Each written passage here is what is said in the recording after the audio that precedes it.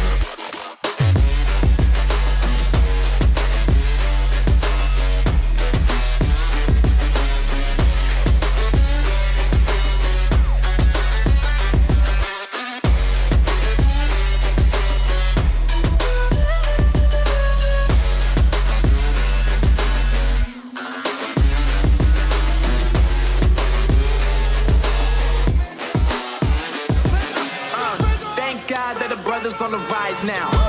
Endless celebrations all in my house. Levitating now, I'm super duper fly now.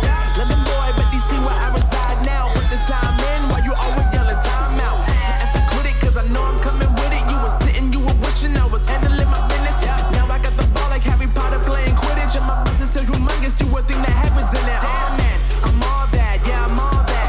Looking for that whip, yeah, that what you call that. I'ma blow up in the summer, have him yelling fall back. And I've always been ahead like an effing ball cap. Man, I came in the game like, whoa. Got a couple chains on me cause I like gold. They told me I'm the best and I told them I know. Cause when I'm in your town, every ticket I sold. Yeah, they saying I'm the man. Facts, bro. Lot of haters, tell me where they at though. I'm the new pop, all I do is rap though. Want me on your song, throw a couple stacks, yo. Everybody wanna do the same thing, yo. That's why we ain't on the same page. Do my own thing, and I maintain. Flow like water, so I'm going mainstream. I'm going mainstream. Flow like water, so I'm going mainstream. Yeah, I'm going mainstream. Flow like water, so I'm going mainstream. I'm going mainstream. Mainstream. Flow like water, so I'm going mainstream. Battle it out, control it in hand, in a gaming grindhouse, where the best will stand, no time to rest, we grind day and night, gaming is our passion, we're ready for the fight, leveling up, we're the kings and queens, with every victory our fame increases, we're the gamers, the ones they are, no challenge is too tough, we're ready for more, from the classics to the latest release. We dominate the leaderboards with ease, our skills are unmatched, we're on top of the game, no one can take away our gaming fame.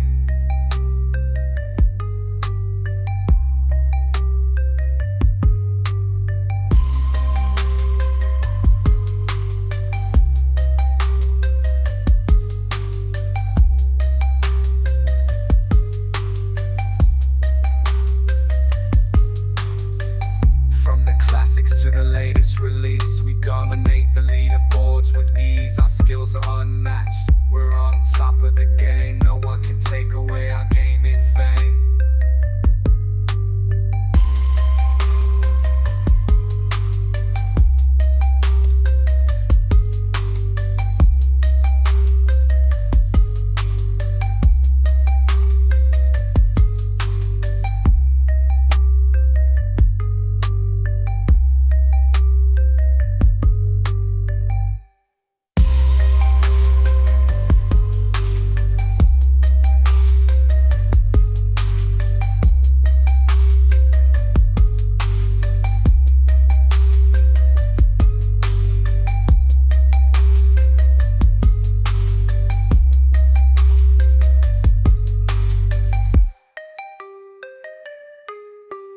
Hermen hosts, we on the floor. VIP grinders, we want some more. Quality games, making us sway. The crowd is moving, we're here to play. Never go through your Ubisoft, that's right. We know the score, we're in the fight. We're the gamers, we call the shots. Keep it real, make it hot.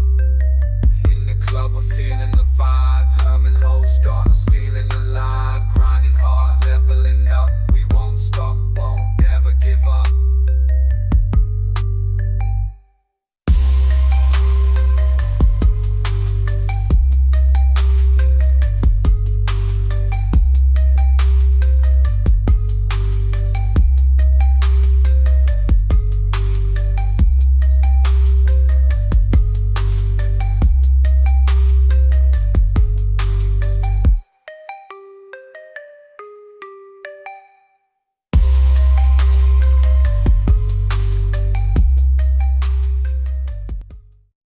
What's up, grinders? Yo, man, oh man, show after shows after shows after shows. What's going on? It's a wild week and a wild time here to be a grinder, I have to say. My goodness, my goodness. Hope everybody's doing well. It is the Gaming Grinders. Yes, we are opening early tonight. Early bird special. Early bird special. You got to hear some of gaming grinding music right there. The Grindhouse music exclusives for the VIPs. You got to hear it here coming in early bird special, baby. And I'm going to tell you something tonight. I got a special tune that is going to describe the story that happened yesterday evening with IGN and Philness and Ryan. And it's a song that I think you will enjoy, and I'll play it here live for everybody. We're going to try to target. We're going to hit 150 likes. I want to get that there. And we're gonna hit that play button, and you're gonna enjoy this song. And I've been singing it myself. Actually, it's one of those things. So we're gonna target. We're gonna hit it. I'm not targeting shit. We're gonna do it. That's it. And you're gonna hear it. So keep it locked here, Gaming Grindhouse style, because you can see it is gonna be an intense show. It is a trifecta of topics. That is it. Because we're gonna break it down.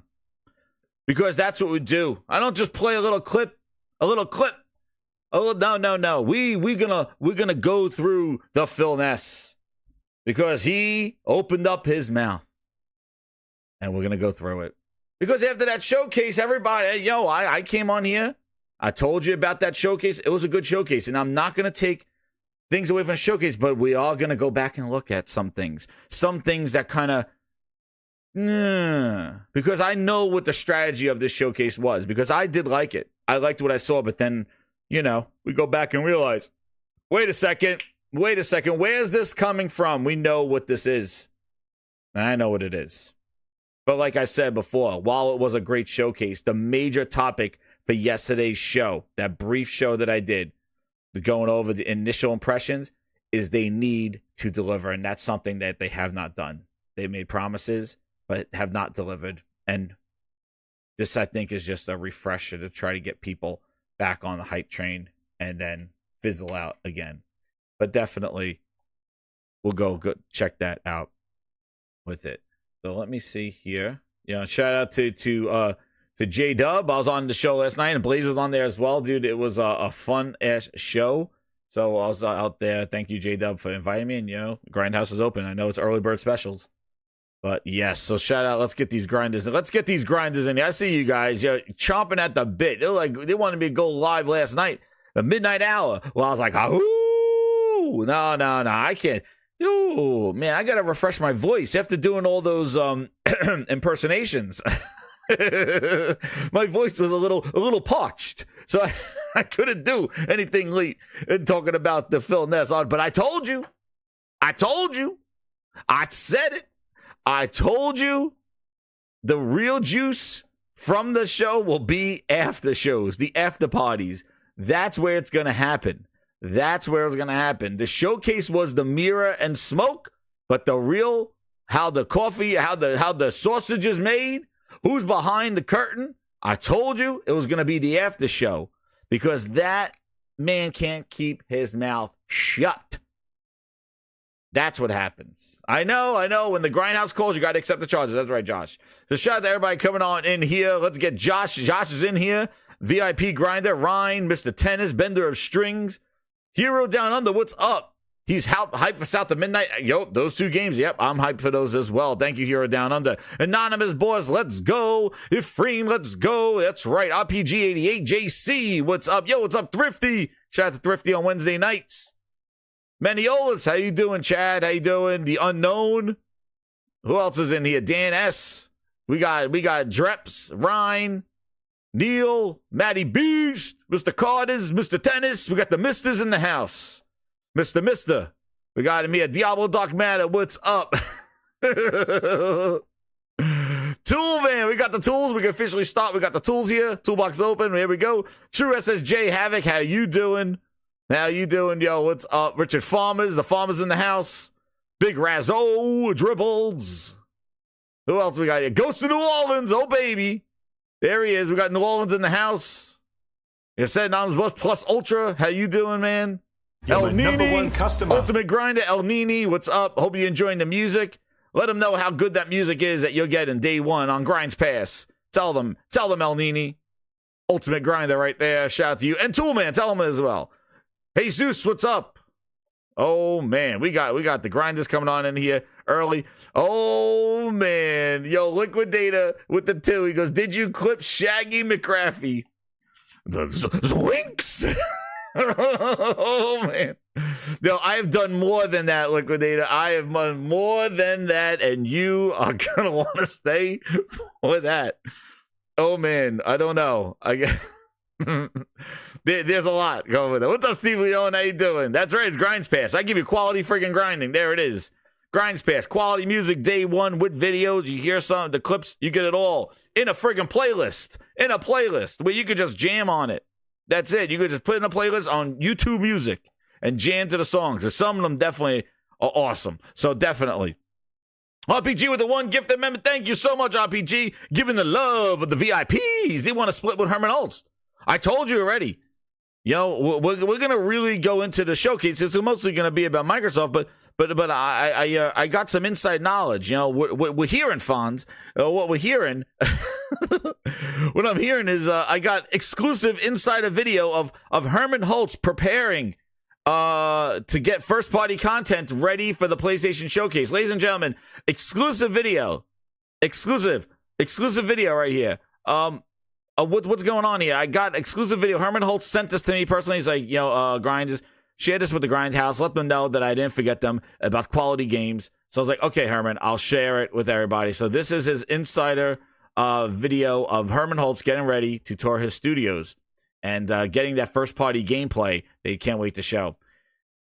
Oh, shit, there it is. He's preparing. Full split. Phil tried to do the split yesterday. He tried. He tore his pants. Couldn't do it. He just bent down a little bit and tore his pants. But there's Hermen. He's getting ready. He's getting ready for the studios. He's going on tour. He's warming up. He's like, showcase. He's ready. He's ready. And then he's going to run into his offices and go like this. Remember, this is what they're doing at their studios right now.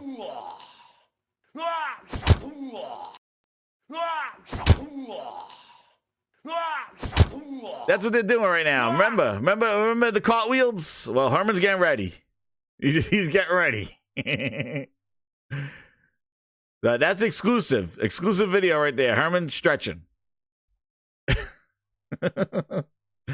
But anyway, so one of the things I did want to let me see where I have that here.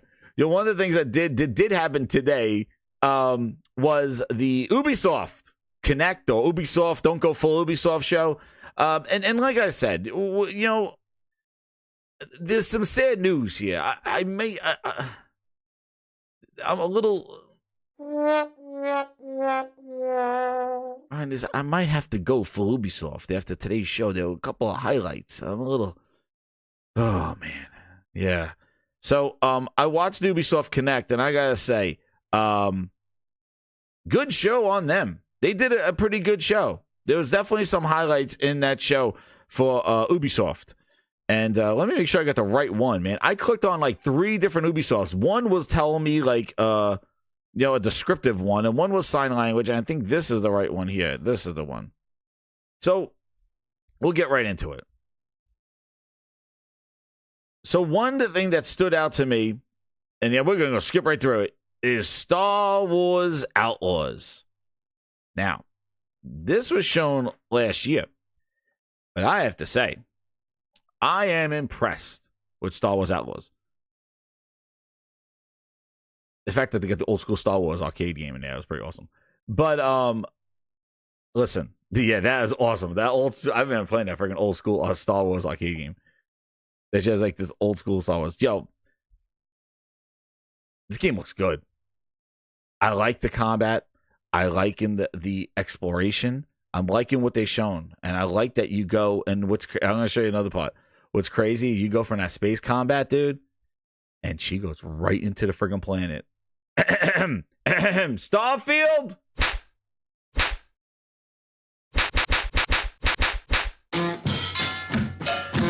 Yeah, that's about right there. So you got your combat in space, you're flying in space. This is what I really enjoyed.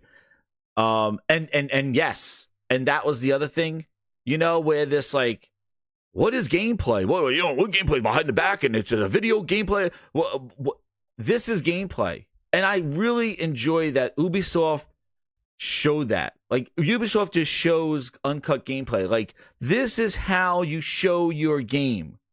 This is what you do. Just let it play. Just let it play and watch. They go from the planet, from space, edge of the galaxy, to Tatooine, right? Enjoy. System is in the clutches of the Hut Cartel. This is what Starfield was billed as. This world exploration, going from space, exploring all these planets, and landing. But right, Ubisoft finally showing up with friggin' gameplay, dude. This is what I mean. Look, there's no cuts and swipes and CGI. Look, boom, right into the game. This is what the game is. Loading screens, whatever it is. Yeah, it's loading. Whatever it's doing, I don't care. This is what you're going to play. This is what we're buying. This is what you're going to do. Legendary Mos Eisley. Now, Mos Eisley. The infamous hive of scum and villainy. And then, and I understand for time, they skip ahead or things like that. But, like, see, they skip ahead and they show some of the town, and here she comes, and now she walks in there, and then she walks into the building. But look, you see, and I'm sure you could just run through this, but they're trying to show the environment. They're showing how she's going. Very impressed. Looks good. Animations look good. And then she goes in, and then one of the things is like, yeah. Many opportunities for a scoundrel, including working your way in with the Hut Cartel. Most of Tatooine's economy is under their control. But this is gameplay. Like, there doesn't be excuses. We don't need a camera behind somebody's back in a cut scene. But you see the uncut, like, this is gameplay. And I saw this and I was like, and they did the same thing with Assassin's Creed. And I'm like, yep. Now you can make a determination if you want to play this or want to buy this. Our intel leads to one of their storehouses. See, it shows how she's taking a mission, what the gameplay loop is. This is what you do. Traveling to your destination can be an adventure in itself. As you move across and she sneaks in, and then they do, there's some of the combat here with the animations, like. So I really like it. So this I am getting. I wanted to see this from basically that when they showed it last year, and how they show that directly. Like, I remember like Starfield showing all these cuts and swipes, and then this thing shows true exploration and in third person, and having, and in this world, and doing a lot of like shooting, stealth, mission stuff. There just seems to be so much that's going to be done here. But yeah, they might be going full Ubisoft for this. I was impressed with what they shown today. So, and they show and this is what you do when a game is coming out in 2024. This is what you do. Like, there's no like, oh, spoilers. Oh, we're not going to show it. And that's what I mean when we say Microsoft should show more gameplay and show more stuff. And like, don't act dumb. This is it. This is it. Like, this is what you do. Uncharted in space, right? Everything, like, you could make that determination by seeing this, and you could determine, hey, look at the flow of the game. Look at the combat. Look at what we're doing. Does this look fun? These are the things that we want to do? And yes, there's a cover system. And do you see how it just naturally flows? Like, let the game do the talking. Show the game. Show what it can do. If you want to highlight certain areas, you can. Then you can put your video package together. And I think they did a great job in just showing this game and letting people know what they're going to be doing and what they're going to be playing. And I think that they've done a really good job in selling this, and I'm hyped for it, because this is when I'm played. There's no like, oh, this is cutscene. Oh, this is simulated gameplay. This is something that looks like behind the back. I know I don't go full Ubisoft MG, and I know. But come on, Star Wars. I don't know. And then I saw the Assassin's Creed, so I might have to do that too. But it's Star Wars. But yeah, like, look, it just keeps going. They did a great job. Great job. I know I don't go full Ubisoft. I'm going. I got to do full. I got to go. I got to see full Ubisoft. Maybe I get discounts somewhere. I do discounts or something like that. Maybe. Maybe I'll go discounted Ubisoft, but I'm gonna go full. I gotta go full Ubisoft with Star Wars. It's not a good time. The Huts are coming, and I need to get ready. Get your blaster out. What we have just shown you is the beginning of one of the many adventures you can go on in Star Wars Outlaws. The blaster. I wonder if she can get a lightsaber. I don't think so. I think she's all like blaster and stuff like that. I gotta know what they're doing the lightsaber. Like, look at these worlds, man. It's pretty wild. Yeah, I didn't care the look. No, who cares, man? This is like, yeah, it's like Uncharted open world in space, and you could just go look right out of there, fly right into space, explore all these. Excellent showing. And then they even did a deep dive trailer on it. And then here's some X-Defiant stuff coming, which I've been playing it. It needs some work. It's okay. It's a good kind of like just shooter there. And then the other thing is that they're redoing Prince of Persia: Sands of Time for next year, I think, which that was a surprise. That was pretty cool. But Ubisoft really did a good showing. They really had a good showing today. But yeah, Prince of Persia: Sands of Time. Man, they need to do a full-on Prince of Persia game. 3D, man. That's what they need to do. Rocksmith, Avatar. We don't need avatars. Yo, the Crew Motorfest is adding, police chases. That's nice. And a new island in Hawaii. I did go full Ubisoft for the Crew. I did. I like the Motorfest on that one. And then the biggest one that I wasn't really sold on, Assassin's Creed Shadows. 2026, Josh. Is that when the Prince of Persia remake coming? Rocksmith, yeah. You're my #1 customer. But man, like, I like that they have two characters. So this is the thing, like, from watching this, I like that they have the two different characters. One kind of gives you that kind of brute walking in samurai style, and then you have your assassin type, which is really cool. I think again, Ghost Tsushima, if there's gonna be comparisons, there's gonna be that stuff. But I'm gonna tell you the part that sold me on it is when he went around with his beat stick and started beating the town up. That's what I kind of liked. I like the beat stick. Oh, damn. Pause.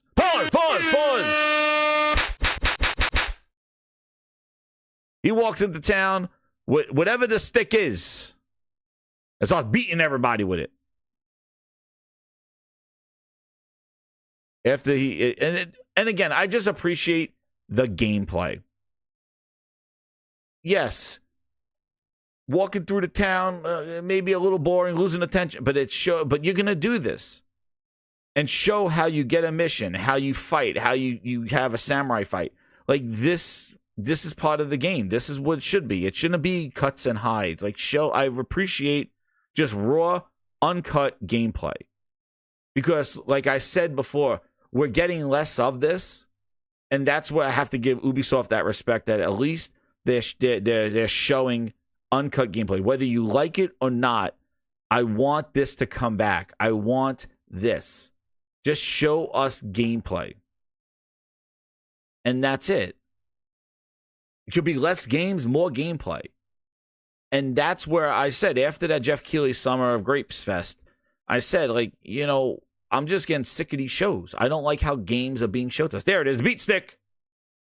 And I just respect that they just show the gameplay for the demo and just show it. And that's it. He beat the hell out of it. He takes this guy. Dude. You're my #1 there it was. customer. That was the hit. I was like, oh man, I got to get me this. I want to be beaten, just go into town and just go, and it's so visceral too. Like, where's the sounds? Yeah. Pop! He beats off their armor, then. Oh, pause on the beats off the armor. Oh, damn. Make your peace. And it's like some crazy power slam. I don't know what the hell that was. The power of the gods. Hitting the beat stick. Pop! Into the tree. Oh, him into the pottery. Into the pottery. Beat stick in hand. I like that. Protector turned persecutor. That's right. Get him. Rule this village. Hit him with that stick. Not while I have breath in my lungs and a blade in my head. I said kill him. Look, he threw his peon at me. Take this, booty. Oh. Wash away his failure with your Physics. You will have to spill it first. Oh, yeah, I thought it was a good showing. I liked it. It got me interested. I was like, wait, this is Assassin's Creed? Who do you think you are? Like, this is Assassin's Creed? I was like, what? And then they showed his gameplay.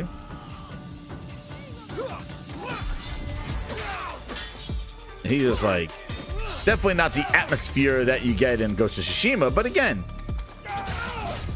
much better than I thought. And sayonara. There we go. And now we get the Assassin's part, and then they show her infiltration, and now she kind of goes in. Yeah, I'm kind of liking it. Cosmic Hero with the 20. He goes, oh, let me make sure I meet this thing. Phil could not let bots celebrate for even a second. I knew this show was going to have a caveat, and now Phil has ripped the Band-Aid off. They had a decent show, and then Phil slammed the door in their faces. That's right. That's right, Cosmic Hero. He gave them a double slap and a kick in the nuts on the way out.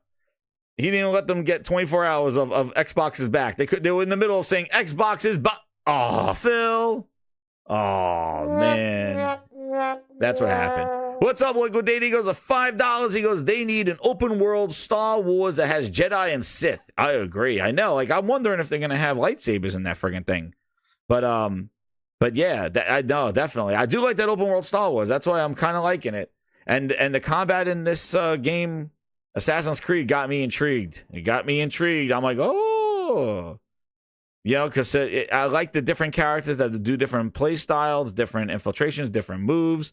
And so you're not just like kind of making like, oh, yeah, this is like a Ghost of Tsushima, like a samurai type game. But you also get your assassinations and assassin part in it as well. Shinobi style, like, you know, just like going around and doing that kind of, you know, sneaking around and stuff like that. And her combat and her moves are pretty cool.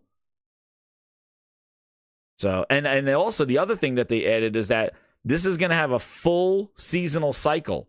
So basically there's day and night cycles, but there's also seasons. So it just progresses. So you won't be able to swim in the winter. You won't be able, that's what they're saying. You won't be able to swim in the winter. The snow will be there. You won't, and the ice will be in there. So it'll freeze over. So there's different effects that you'll get and different gameplay elements depending on the season, which is very interesting. So missions not only vary by day and night, but also he said with weather, with rain, you could use that to mimic your footsteps, you know, to hide your footsteps, but also too, there will be, like if you try to do this mission in wintertime, again, I don't know. They said it's just a cycle of it, but you won't be able to approach it this way because you don't have, you can't do that. So I thought that was pretty interesting. A new element there that they added seasons to this. And I don't know how they happen, how they progress, how quickly they go. I don't know if you could wait out a season, but we'll find out. But yeah, Tenchu, that's what it is. Not Shinobi, Tenchu. That's what it is. Now, like the physics, dude. Like, look at this. Look, knocking all the trees down. Look at this. The trees get knocked. Oh, yeah, they fade away. But it was cool that she was able to knock down all the trees. Remember, work in progress. But it's gameplay, dude. What's up, Taran? How you doing, man? I don't know what the hell's going on in here. And they showed that 1080p, so it's kind of not a great quality stream there. The water drip. Yo, this, I don't know. I haven't really got, I tried Assassin's Creed Vikings. Did not like it. Did not like it. I think I get down to Assassin's Creed. I think Ubisoft is gonna see some grindhouse business this year. We're gonna, because I didn't do Pandora. See, yeah, the seasons. I think she's gonna see grindhouse business. I think I'm gonna get Assassin's Creed, and I'm gonna be getting Star Wars. That's why I think I'm doing Ubisoft this year. So we're gonna go Ubisoft this year. I think I'm gonna get these couple of games. I liked what I've seen. So that's so far. But this was a good show. A good show from them. And, you know, hey, 2-hour show, full gameplay walkthroughs in the show. Yo, please, gaming industry, You want gamers, you want engagements, you want people to know what to do. This is how you do it. They won them over. See, Matty B says they won me over, getting both. And I'm going to just tie on to this because this is the thing I really want to emphasize in here, because we're going to go visit the Xbox show again. But this is what I want to emphasize in here. They were able to update their games as well, some service games, but bring back just gameplay. Stop trying to make these sizzle short reels and pans and swipes and snapshots and no gameplay and trailers. Just show game. It was 2 hours. This wasn't no 5-hour show. But gaming industry, this is what you need to do. This is what you just do it. Like I'm just show the game. Stop hiding them. And that's where I have to commend them for doing that. When they could have just done some easy, slices and swipes and make it look like it's so fast paced and you don't do this kind of stuff. And let me tell you, just add one more thing onto that. When you see this stuff, right? When you see just this uncut gameplay, whether you like it or not, when you see uncut gameplay and just like this, when reviews come out, you don't have to depend on other people's opinions of what's going on because you've seen enough of the game to make an educated purchase as a consumer. For example, for me, Days Gone, when they showed Days Gone, I didn't really want, I was like, I don't know about this. Remember when they showed it? It had a bad showing. Like they kind of showed the same demo twice with Days Gone. I was like, oh, it's just a horde zombies. I'm like, I don't know. Like, it is. But it was, the thing was, I watched Game Informer. And Game Informer did a deep dive of just gameplay like this of Days Gone. And when I watched that made me want the game. So regardless of what the reviews were, when I watched Game Informer's walkthrough, they were walking through playing the game just like this, doing a mission, doing some stuff, running into a horde of enemies, maintaining their bike, doing that stuff. When I watched that, I was like, okay, now I know what I'm going to get. And that's where we don't need social media. We don't need influencers. We don't need reviews. Gameplay is what shows you what you're going to get. So you don't have to have that question mark of what the hell is this game? So that's where I said, when you just show the game, whether it looks good, janky, frame rates, it says work in progress. But the thing is that we can't shit on gameplay when it gets shown, because then they're going to do the trash that they've been doing and showing us cuts and swipes and hiding load screens and duping us to buy games or depend on reviews because we don't see enough. But let's see. It looks good. Hey, it might be just segment looks this. Maybe the rest of it's boring as hell. Then that's where you need some reviews. But I just want to focus on just gameplay. And this is when I say, let's just see gameplay. Show me what the game is. Let me make a decision. This is what I'm talking about. Just show the game. Let the game do the talking. We don't need swipes and interviews and all that other stuff. So Ubisoft, good job on them. I'm now interested in 2 of your games. I was definitely interested in Star Wars, but Assassin's Creed got me like, oh, okay, I might like this. This might be something else. So good job on them. And Grinders, I didn't know if there was anything past the controller. See? See? So was there any other things that, on the show? Because those were the 2 highlights for me. I didn't know if there was anything in here. I don't want to leave it.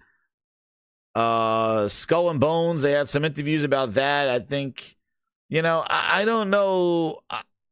Yeah, Rainbow Six Siege. Let me see. Somebody said they were hyped for this. Photo mode. Oh, this was a countdown. Hold on. This is a countdown. Was there anything else on there?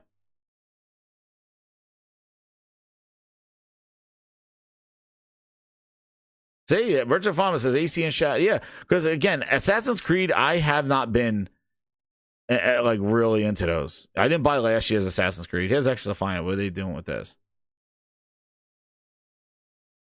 But yeah, Extra Defiant's not bad. I've been playing it both on PlayStation and on PC, like bouncing back and forth, and it has I don't know. Yeah, skins and stuff. I don't know. Like it's interesting. I don't like them. The problem I have with X Defiant is that I don't like how static the maps are. like, I want a little bit more interaction and physics with the maps. Like, I want them to be a little more dynamic. I feel like you have like a carousel that doesn't move, or a carousel that just stays there, and you have like boxes and stuff that just, you can't shoot them and they blow up. Like Call of Duty has kind of that stuff, like things on shelves blowing up as you're fighting and things like that. Like, it's a little more atmosphere and like action. You know, like I said, I'm into the oh shit moments. So that's kind of one thing I would like, you know, in more X to find. I feel like the maps just are very static, and I know it's more about just, you know, that, but like just trying to just own the map, and people, you know, competitive shooting and things like that, they just kind of keep it. But I don't know. I want a little bit more atmosphere when we're shooting in multiplayer and things like that. I want a little more interactivity. You know, shooting the screens blowing up, you shoot computer screens. They don't just go, oh yeah, well, here's a bullet hole in it. And it's like, oh, you know, more atmosphere. But all gameplay. Speaking of which, we're going to move on to our next topic. Let me get into this one here. So, speaking of gameplay, Avowed had some deep dives, per se. Avowed had a deep dive, Grinders. Did you know that? On the Xbox podcast.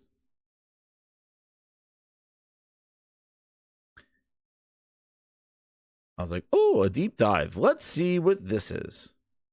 Ratings for games. 27 minutes. Now, let me tell you something. We're going to Avowed. Let me tell you something. I think it was declared here on the Gaming Grindhouse as basically a poor man's Oblivion, or bootleg Elder Scrolls, or a fan-made Elder Scrolls. Still feeling that. No, it's not audio deep dive. It's deep dive. And yeah. So here we go. Problem number 1. People. Damn, Mike. Stupid Mike. Problem number 1. Showcase deep dive of gameplay. Problem number 1. We got people. We got microphones. I'm here to tell you right now, we don't care. Problem number 1. We don't care. You telling me deep dive on gameplay? I'm ready to see the game, and I'm seeing now a podcast setup. Diving deep into games you've seen at the Xbox Game Showcase. If you want to watch the other episodes, definitely check them out at youtube.com/Xbox, Spotify, or wherever you download your podcasts. And I have a very special guest co-host, I should say, with me today. The fans love her, the viewers love her. It's Tina Meany. Tina, hello. How are you? I'm doing great. So excited for this kickoff of a really incredible week that you are hosting for us. You know, so thank you. Deep dive, they say. Getting ready. This is going to be a tough I'm already not even deep. Like, I'm already. Exactly. To your point, though, like this is going to be exciting. We just came off of the game showcase, and now. Like, we're going to learn a little bit more about games, but we have a special guest with us. Where are we now? We are already a minute too long of people talking. Faves. It's Carrie Patel, game director on Avowed. Welcome back, Too Carrie. much talking. Thank you so much. It's great to be here. Oh, man, you have been to the studio several times now. Yeah, It is such a treat that you spend so much time out here with us. I didn't know in Avowed they got Surface laptops. Last year, we did an interview. This was after, one what of the gameplay? first forays into Avowed, so that was very exciting. And then we actually had you on this podcast. So where's the gameplay? Let's see. Visual design. Yeah, but Direct, we had you on the podcast. We're still talking. You're really just, investing. We're still talking.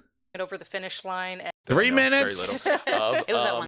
Oh yeah, eternity. That role. 4 minutes. So the very first voice that we hear from at the beginning of the trailer is the Emperor of Adi. We're looking at the trailer that we saw yesterday. Your boss, essentially. He's sending you to the living lands to get to the bottom of this soul plague Again, called cuts, Dream Scourge, find out what's causing it, and find a way to stop it. The next person we hear from is Inquisitor Ludwig, who I'm very excited to have playing such a big part in Avowed. I don't want to see the trailer from yesterday. Deep dive in gameplay. What are we doing? Let's see. Where is the controller? Nobody has controllers. Let's see. Okay, we're talking. Let's see. Are we in it right here? Let's see. 6 minutes. Finally, let's see what it is.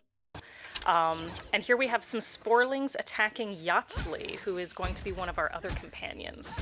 And you were charging up like your bow and arrow there, and then you're also kind of trying to slice your way through what looks like some very thick top-heavy swirling armor here. And you're right, we are struggling a little bit. Yeah, they're giving you a run for your money here. Yeah. We'll fix that. What is this person doing? Is we've just transitioned. Excuse me, is this my companion? Because you're not. What is this person doing right here? Who this? Is this the AI companion right here? What is she swinging at? We'll fix that. So part of the problem is we've just transitioned out of an earlier region, and so we haven't upgraded our gear yet. So if we look like we're struggling against these little mushroom guys, it's because we haven't upgraded our weapons so that they're really up to par with the enemies we're going to face here. So there's a lot of hacking and whacking, but we'll fix that in short order. Oh, fantastic. People, I was about to lose my wits. You wouldn't happen to have a ladder on hand, would you? So this is still fairly early into the game, too, the setting of Emerald Stair. Yeah. Nice. And then we have Yatsley. Yeah, she's a wizard. She's very fun. She's a little risque in a way that I think makes her a lot of fun to talk to. She's got some very good banters with the other companions. AC looks jank. Yeah, it doesn't matter. She's just a little lightning ball of a lot of personality. And you see the options here, by the way, also. Whoa. What happened? What just happened? We were in the gameplay. What happened? Did he get a new mission? Do I check in anything? What happens? Why are we back to people again? Where's the controllers?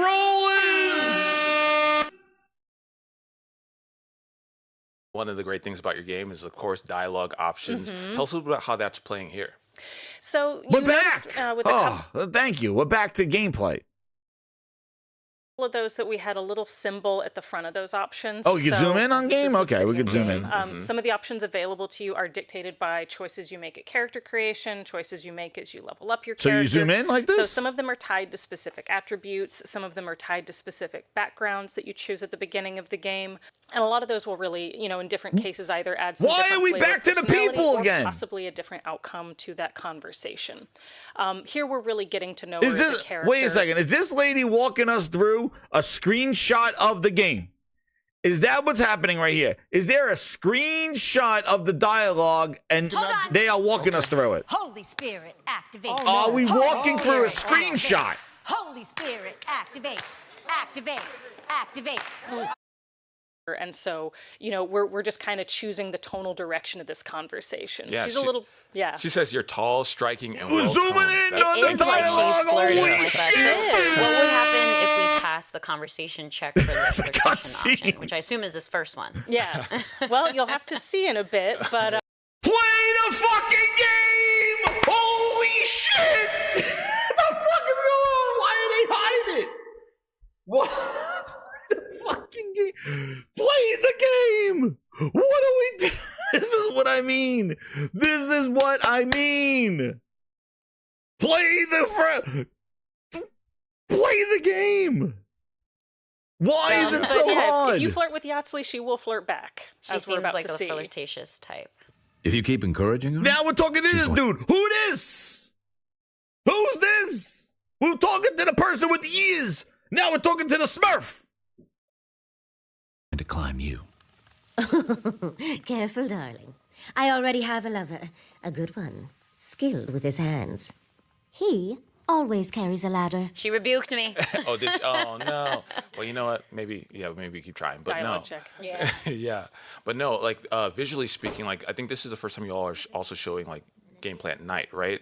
Yeah, so we do have a dynamic time of day, and our environments have some very lovely looks at different times of day. We've definitely shown a lot of daytime footage. We've shown some golden hour footage, but again, Emerald Stair looks really stunning at night. Yeah. It's very colorful, very lush. We've got all the fungi, and then one thing we're going to see as we come over the hill here is all of this equipment that the animancers of the town of Fior have made. And so animancy in the world of Pillars of Eternity is basically soul science. It's about studying and manipulating the essence that makes up souls and the essence that is ambient in the ether. Why do you keep fading out? What's going on? Yes, it is, which is something we get into in this region. But yeah, so this is a little enclave. I have a question right here. Whoever's playing this game, Why were they walking to the wall and then turn like that? Like, grinders.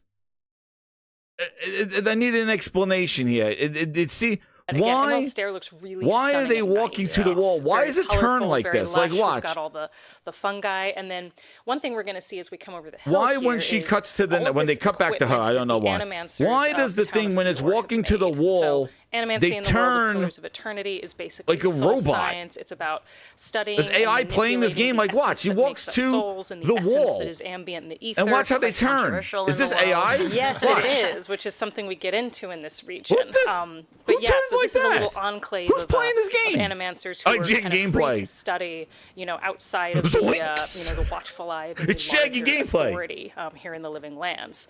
I But don't know, yeah, Scoops. what it means aesthetically is they have this really lovely equipment with this wonderful purple glow that just looks great at this time of evening. Yeah, 100%. And Who's so playing they are this? also impacted by this. Why we keep coming back to the people? They are, yes. They've discovered something wrong in the ether, and you're coming here to sort of see. Do what you the see the Animancers have difference? Figured out. What? Right, and now I'm Now looking we're here at this. now. It looks like we're heading into the party camp. Can you tell us a bit? Oh, there's a third-person camera that they hide. Significance All right. for the player. Yeah, so party Look. camp is one of my favorite spaces. So in the here's your game. camp. It's both your, So we your just narrative teleported hub to the and also camp. your How do you get to the upgrade camp? Are the hub. camps You like can are the see here, camps I'll on the scroll. map? Like, how do you get there? Like, this is the stuff that I'm talking about. Like, I just showed you Ubisoft's one. Just play the friggin' game. Show us the combat. Show us the mission structure. Show us how to get to the camps. Yeah. Yes, we do have third person.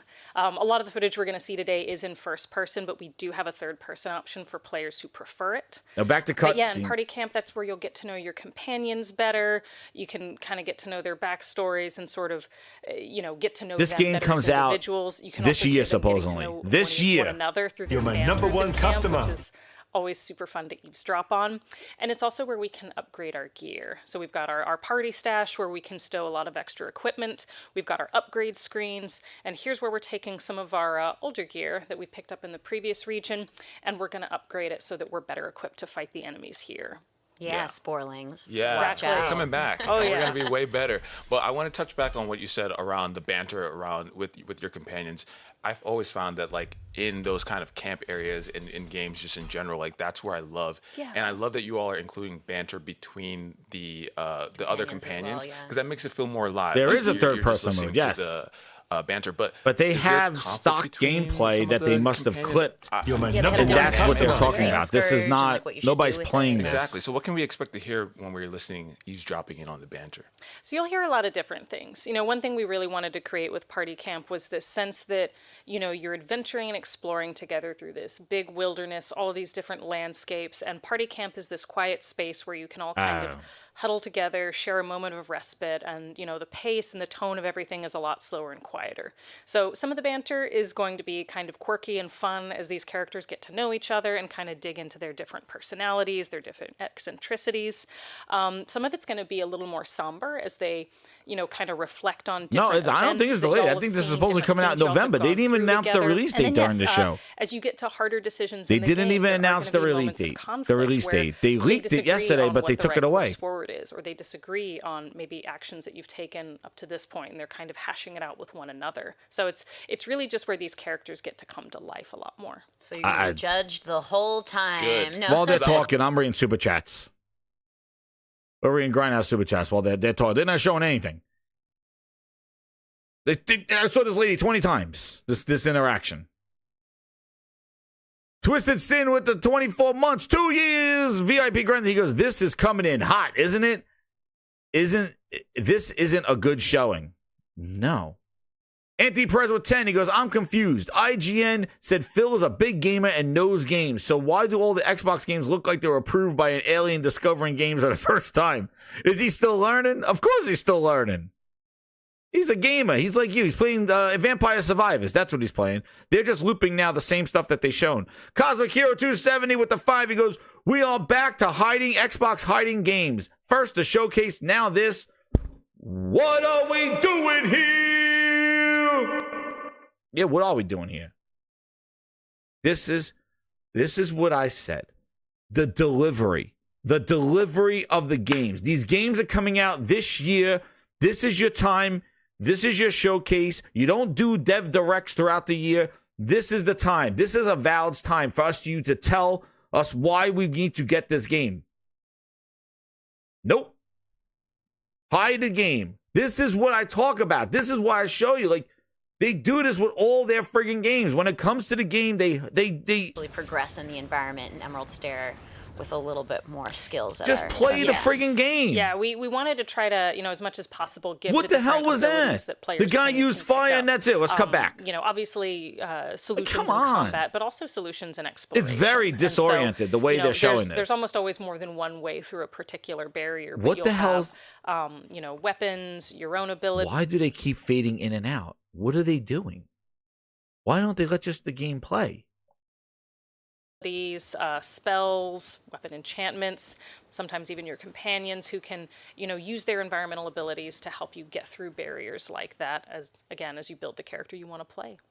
Okay, so now that we're coming out of the camp, we've upgraded our equipment, we've upgraded our swords, so theoretically these guys should be easier now. Yes, and you'll notice it's taking fewer hits to bring them down. Yep, they go flying. Look at him, he barely stood a chance. I do it the ragdoll. Nice blood effects as we're slicing through them. Yeah, so is that like new animation as well? New sound effects and animation as you're kind of upgrading your swords and other items? Yeah, we want to make sure that players are getting clear feedback as to when their gear is effective and when maybe they need to go back to camp. So I think it looks a little better than last year's showing. When you're playing with they look like they're reacting to the hits better. This guy's a little different looking. Yeah. What's his deal? Spikes. So this is a caster. And the fire effect looks a little bit better this time around. Unit types among them, and we've seen a lot of these little melee spoilings who just run at us, and it's very cute. Actually, it's one of our favorite little animations on the team. I don't know. But you also have these I don't caster understand. Units that can they do not distance, do quite a bit more damage. This game is supposed to come out in a few months. Unit types who we haven't met yet. How do you not have just like a straight up he's a just more mission? Dangerous than the small guys. You have a 27-minute interview. So you don't have like 10 minutes of just you can kind of queue up, get a mission, do it, come back. Does a lot of extra damage, they don't do it. Also, if it doesn't take them out outright, it'll at least give you some distance from them. So those are great to get. Are they hiding frame drops? I don't know what they're doing. Traversal here, which I love to see. Adds that maybe it's just bad editing. Maybe they're watching uncut gameplay and they just keep cutting back to them. I don't know. But whoever's doing the cutting is giving me a friggin' headache. It's a very fun mechanic to be able to build content around because, like you said, you can really reward your curious players by hiding a lot of secrets. Seems very slow paced. Storytelling and nooks and crannies throughout the levels. And we did just pick up that godless vase, so we've got our item that Yatzli's been asking us for. Yes. So can you remind us too, as we're looks like we're approaching her now, actually. So what we're kind of exchanging here. Yeah, so Yatzli is a scholar of the godless, and the godless are. Wait a second, did she just say "oh titties"?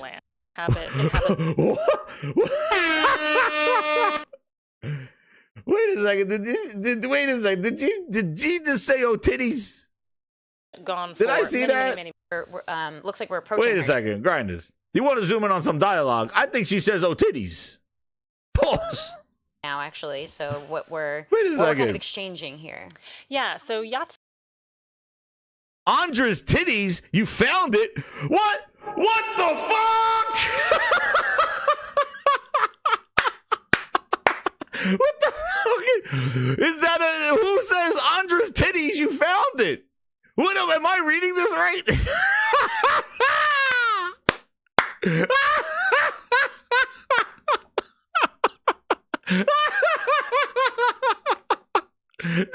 Is that what that says? What the fuck?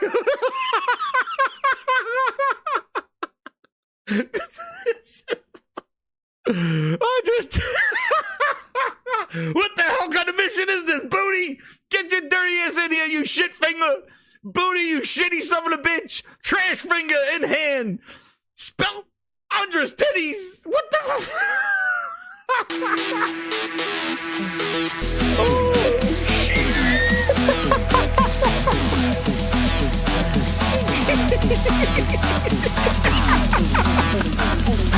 Let's see that booty drop.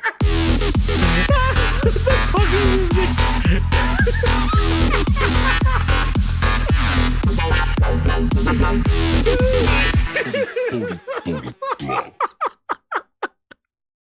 What the fuck kind of mission is this? Ondra's titties.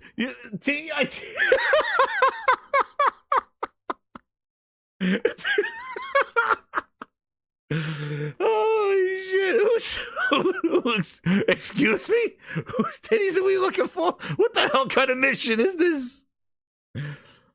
Wait, I gotta hear her say, "Yo, what the yo, Phil, what the hell? Gaming for everyone. What are we doing here?" Found the titties. You found the godless, and the godless are the ancient people who used to I gotta figure out like storytelling. No wonder they're cutting this shit. Levels. And we did just pick up that godless vase, so Yes. we've got our item that Yatzli's been asking us for. Yes. You mean the Can you titties? remind us too, as we're looks like we're approaching her now, actually. So what we're kind of exchanging here? Yeah, so Yatzli is a scholar of the godless, and the godless are the ancient people. Her now, actually. So what we're kind of exchanging here? Yeah, so Yatzli is a scholar of the godless, and the godless are the ancient people. Phil, where's your quality? Phil's sitting down doing friggin' interviews with Ryan McCaffrey, and meanwhile they got missions of finding Ondra's titties and goddamn Avowed. Your curious players by hiding a lot of. Yo, did she ask him to find the titties in the beginning? I gotta go back here now. What the hell? It is like she's They didn't zoom in on that one. What would happen if we pass the conversation check for the flirtation option, which I assume is this first one? Yeah. Well, you'll have to. Let me I see. think this is the first time you all are also showing like gameplay at night, right? Yeah, so we do have a dynamic time of day, and there's some sick bastards over there at Avowed. Some very lovely looks. I don't know what kind of game this is. There's some wild missions. Many years you see their ruins throughout the different regions of the Living Lands. So Yatzli studies them. They're called the godless because they are not recognized as worshipping in their art any of the gods that is wild. that people know of. What we're kind of so that's Yatzli why studies them. They're called the godless because they are not recognized as worshipping slang for in their what? art any gone for many. Yes. So can you remind us? All too, right, I gotta look up what titties looks are. like we're approaching her now, actually. So what we're kind of exchanging here? Yeah. So it's slang. Oh, again, please, somebody in the chat explain to me when a furry says Ondra's titties, it means something else. Please, I need some furry translation here. Means when I think about Xbox, I'm going to think about quality games. We have work. Yo, I'm buying this game now. I gotta find the lost titties with our first party output. That's always been a hit on. Oh shit! Oh shit! There comes Brian. Oh shit! He just told me the titties are a bird. Oh man. Oh, not like this. Not like this.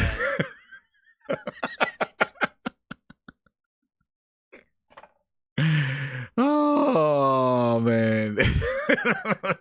Just saying. Oh shit, Brian. All right, so that bird. She found the titties. All right, I'm gonna buy in this game. I love Spartacus, Don John. I love it. It just caught me off guard. I mean, excuse me? Excuse me? Oh shit! Yatzli is a scholar of the godless. She's a scholar. Are the ancient people who used to inhabit the Living Lands. They have been Avowed for is many years. dirty ass titties in Avowed. I'm getting Avowed, man. That's it. I'm going on the mission for the lost titties. They are called the godless because they are not recognized as worshipping in their art any of the gods. Oh shit! Brian's giving me. The fucking birds. She wanted look a big bird. As you know, part of her studies. So even without a ladder, we were able to fetch it for her. And we just saw a quick flash of ourselves. Yeah. Actually. Flash. And oh we shit! Are, actually, if you could explain to us, we are godlike. Flash. Yes. We are almost the opposite of Yatzli in that way. Yes. So, what does that mean in the world of like the universe in general, and why? It's got to be an Easter egg, man. Sure. I don't know what the hell's So, going on. in the world of Pillars of Eternity, a godlike is a member of any kith species whose soul has been touched in some way by one of the gods. You can play as a godlike in Pillars. I gotta maximize the titties quest line. I'm going full titties. You are definitely a godlike, and being a Game godlike Pass titties. Let's will go. manifest in a number of different ways, but one of them is you usually found have the titties. I was like, physical what? appearance that manifests in some way on your face and or head. Oh shit! Now with Avowed, you can choose exactly what that manifestation looks like. This lichen-like growth is one of your options, but you will have some that are a lot bigger and more dramatic, and you'll also have some that are a lot subtler. But either way, you have a growths on connection you? to one of the gods. The thing that's unique about you is you don't know which one. And most godlikes of Aora, it's very well known, which god they share a lineage with. For you, it is a mystery, and that's one of the things you'll get to explore in your journey of the same overall region. So we're working with one of the animancers in the town of Fior, and he's going to help us try to help us diagnose what's going on with the living lands. But in order to do that, he needs the heart of an Odragon. And an Odragon is essentially a nymph with, sort of the skin and appearance of Ondra. And he needs, the heart for the essence that it contains. So he's sent us into this glade to go retrieve this heart. This glade is inhabited by a bunch of Delamgon, who, as you can see, are a lot more dangerous and a lot more aggressive than the They've been getting better with the effects. The drinking of the potion thing is a little World weird. of Pillars are fairly territorial, so we're kind of bringing this on ourselves. Well, there's your deep gameplay. That they wouldn't take kindly to us just marching through their territory, and we might have an easier time of it if we can avoid conflict. But conflict's also fun, so in this case, we're just, swinging our sword and going on in. And you're right about them being a little bit harder to take down. We are definitely having to utilize everything in our arsenal here to take them down. Yes. And you're seeing a few different unit types here. We've also got casters. These have some very long kind of whippy arms that they can get us at a medium distance with, and a little area of effect attack. But they do eventually go down. But like you said, it takes more work. Yeah. Now we're approaching what I'm assuming is a very special character. Can you tell us a little bit about? Yeah, so this is the Delamgon Queen. She has the Odragon heart, and I'm sure she'll be super cool with how we just mowed through her followers. What could go wrong? We had to do what we had to do, right? Yeah, but That was the lead up to the boss? Now. That's right, we'll take everyone out, right? I don't know why they kept cutting. If this was uncut gameplay, they should have just played it, because it's she can sense what it's very we've done, disorienting and keep swiping in and out. So many of my kin are dead by your hand. The time for words has passed. It's a good thing we like fighting, because we're going to fight some more now. Yeah. A boss fight, let's say it. Hello. The backup forces have Wait, those arrived. guys are just standing there? Yeah, we're in trouble. But we're going to leave that a little mystery, right? I'm assuming. Yes. I don't want to give everything away. So what are we looking at here? This is us kind of. So this is the classes, and then I think she shows a way how you could sneak in the this one back. is constantly I'm not draining watching our this thing. essence, which is the soul energy that we use to You could power go in the our back way, I think. Exactly. Oh shit, back door to the The man. sporling, will the others be alerted to it, or could you get away with like one kill and then? It depends how close they Lego are. boys. So they do have a shout radius, You're but fighting it is Groot. not infinite. So if there isn't anyone close by, and if you're pretty fast, you might be able to get away. Yeah, but like you can see there's one right there. Like so. we're talking about the mechanics of sneaking. Exactly. I'll kick that one off the cliff. Probably. Just like, get out of here. But I'm excited to see players how they tackle it, because I'm sure there are going to be people who decide not to use the essence at all and like really like want to show their mastery of that stealth aspect. She's sneaking through the back instead of going. That was you could go in full blaze, right? like kill the guys and go right to the queen, which doesn't look too challenging. Or you could just do this slow way of approaching it. Dialogue options, which tends to be how I play. A welcome visitor.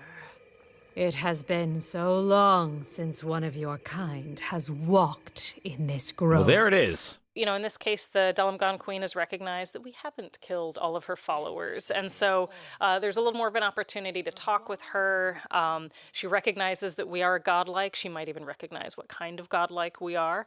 But yeah, in this case, she will give us the heart willingly, and she'll allow us to leave the glade peacefully, because we chose. And she's quite an ancient being, so there's a lot that she knows. You mentioned that, she might even know where we come from. She might, yeah. All right, Of well, course, I the think thing is, Delamgon are there. Well, I think that's all. Like talk to you and see what. So if you don't kill everybody and go talk to her, she doesn't want to talk to you. Okay. I don't know why they kept cutting back and forth of this thing, but there was your deep dive of Avowed. I don't know what the hell that was. I bet the titties of birds. I don't know what that is, but man, that was freaking hilarious, because that caught me off guard. I'm like, excuse me, what the hell does that say? Yo, Long Hard member for 12 months. Doom on the PS5 and Gears E-Day is all I want. Show. Let's hope they deliver. My Series X is a dust collector. Avowed is a pass. Oh, I couldn't sell you on it with the incredible gameplay and to get the titty missions? Oh, come on now. Oh my goodness, there it is. And apparently it's coming out November, the first week of something, November 7th or something like that. That's your deep dive of Avowed. And you want to know what? This is what I know. You're not going to see it again. You're going to see you're going to see a sizzle reel maybe the month it comes out, and right near Call of Duty. It comes out like a week or two after Call of Duty. You'll see maybe a sizzle reel. Avowed's now in Game Pass, because you're not going to see this again. They're not. That's it. That's why I'm so critical of this, because I know they make a big deal. Like, you'll see deep dive bullshit, and because they don't show it at their show, and everybody questions like, well, why didn't you show enough of Avowed? It's like, oh, we're having a deep dive of it, and the show, and there it is. They should have just left it uncut. I don't know why they kept fading in and out, and I don't know, man. It does not look. I think it's $70, isn't it? $70 game. People go, oh, forget about the $70 talk. That's a $70 game, I believe. It looks rough. But I don't know. I know some people like this kind of stuff, but there it is. I don't think that yeah. I don't know. There's no co-op. They took that out. Remember, they took out the co-op. They're supposed to have co-op. Now you got your companions. They didn't even show the companion system in there. There's a whole thing where you can get companions working with you, and maybe that would have made the combat look a little bit more action, like a little bit better, because the combat looks so plain. Like, they kept doing the same sword animations. It was like basically bootleg Oblivion, bootleg Elder Scrolls, Passion Project Elder Scrolls. It looks very outdated. Even the mechanics. They spent the whole last 5 minutes talking about how you could sneak around. Are you kidding me? Like, oh, there's an ability to sneak. That took forever. It was quicker. The enemies didn't even sound their alarms. It didn't even do anything. There were 3 dudes standing there, and you sliced them up and walked right up to the boss, like right up to the person. The other way, you crawled around for 20 minutes. These are basic concepts here. Like, anyway. We'll find out more, I guess, when it releases, and we're playing it and doing the titty missions. I don't know. But what's up? Let's see, we got Anonymous Boss, member of 6 months. He goes, salute to all the grinders. Yo, Jez, Nick says he's buying 10 copies of Avowed and 3 Series X's Stripper Glitter Edition. I told him, hell yeah. Oh, man. Anonymous Boss then with the 10. He goes, yo, Jez, salute. 100%. Search this car real quick. Tell me what you think. It's called a Pinafera. A D95 Dark Knight. Nick said his Uncle Phil will get him one with glitter all over it. Oh, shit. What do you mean? What is it called? Oh, man. Nick, I don't know, man. Nama's boss got your number, man. He trolled your ass. I don't know what you did to him. You must have shit in his cornflakes or something. But he roast your ass. Oh, damn. So this is a Pinafera. He's going to get a glitter edition. Yeah, that's a sharp call, man. Phil's going to get him one. Philness is going to get him one of these. Tell the line, Nick. Get glitter edition. There it is, right there. Right, perfect for Game Pass. That's right. That is right on that one. SN Kev with the 2. He goes, where is Rareware's honey and garden? Jez, yo, Rare, they should have announced new flavors. I wanted wildflower. Oh, the honey and cinnamon. They had a whole new slew of flavors that Phil didn't let them share. I was very upset. I wanted to see where Rare Honey was going. Now compare this to Phantom Blade Zero. Oh no, we can't compare it to a Sony thing. We know how this goes. Oh, you mean like this? Well, you know, Twisted Sin paid the due. He contributed to the Grindhouse. 10 minutes of uncut gameplay. By request, Twisted Sin. Thank you very much. There you go. 10 minutes of uncut Phantom Blade Zero. Cosmic Hero 270 with the 5. He goes, perfect for Game Pass, Jez. Exactly. Keep people uncertain about Avowed, and they will just play it in Game Pass. And Phil says he needs his games to sell. You're my #1 customer. You hear that? Do you hear that? You hear? I don't hear anybody talking except for me.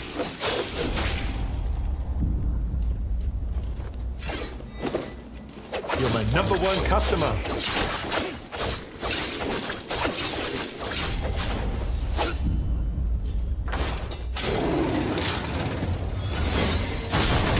Oh, damn, you shot him in the face. You're my #1 customer. This is a tutorial. Let's skip the tutorial. Let's get into the... Calm out, sick. Let's get out of the tutorial. Let's see. This is... Yeah, let's go into... There we go. We're out of the tutorial.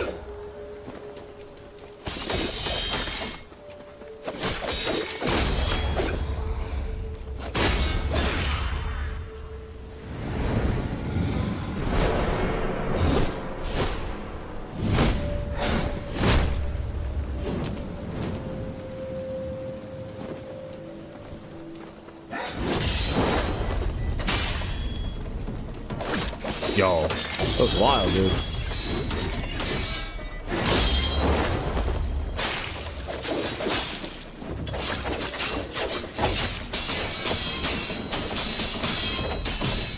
Clank, clank, clank. I just don't know why they can't do this. Why they can't just show the game? That's it. Why do we need a podcast? Why do we need people talking? Why do we need cuts and swipes? It was so very disorienting and confusing. They're like, oh, now we got the just show the game.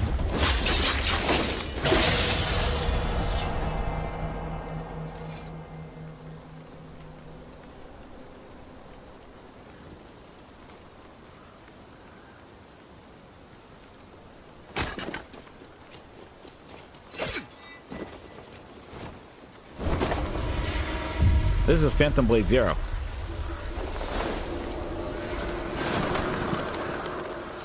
This was by request. By request.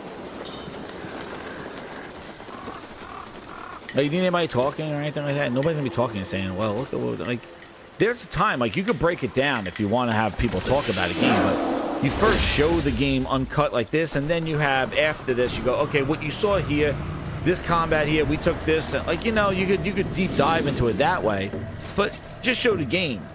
Especially we haven't seen that much, like, we haven't seen that much of Avowed. They've been hiding it for the last 2 years. Yeah. They showed something last year and it didn't look good. Yeah, this looks good. This is 10 minutes of uncut gameplay. Wow. True SSJ Havoc, remember for 3 months, he goes, Booty and Phil love flashing biddies.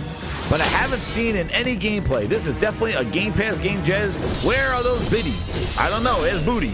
Booty know where they are. Dude, I don't know what the hell that was, but man, I don't know if that was an Easter egg or a troll. I don't know what the hell that was, but that was hilarious. The combat is just crazy, man.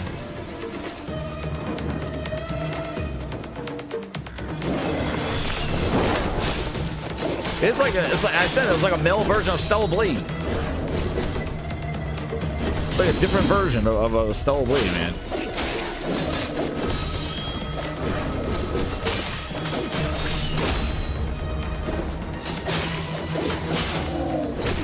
Yeah, we need a palate cleanse. Thank you, Thank you, Twisted Sin. I need a palate cleanse. I need a deprogramming.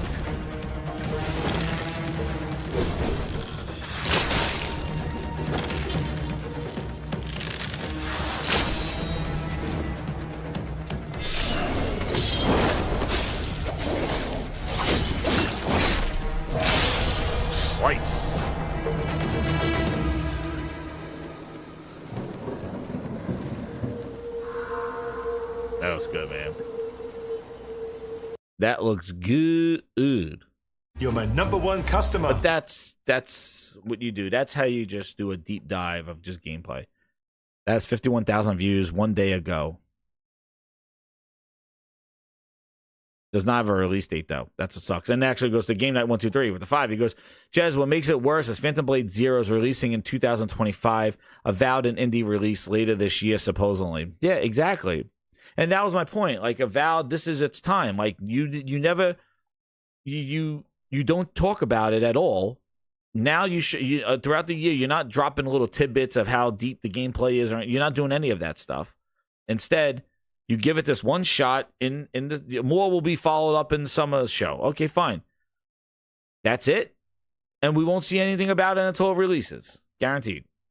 Guaranteed. Like Avowed, when are they going to talk about it? Maybe they show it at Tokyo Game. No, not going to show Tokyo Game Show. Maybe they show it at Gamescom.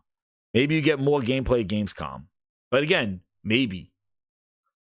For a game that's coming out now. Same thing with Indiana Jones. Where was the gameplay of that? They showed a whole ass cutscene. So, one of the things before I get in the Xbox showcase. Let's see what our likes are at. Actually, I ain't even going to check those likes.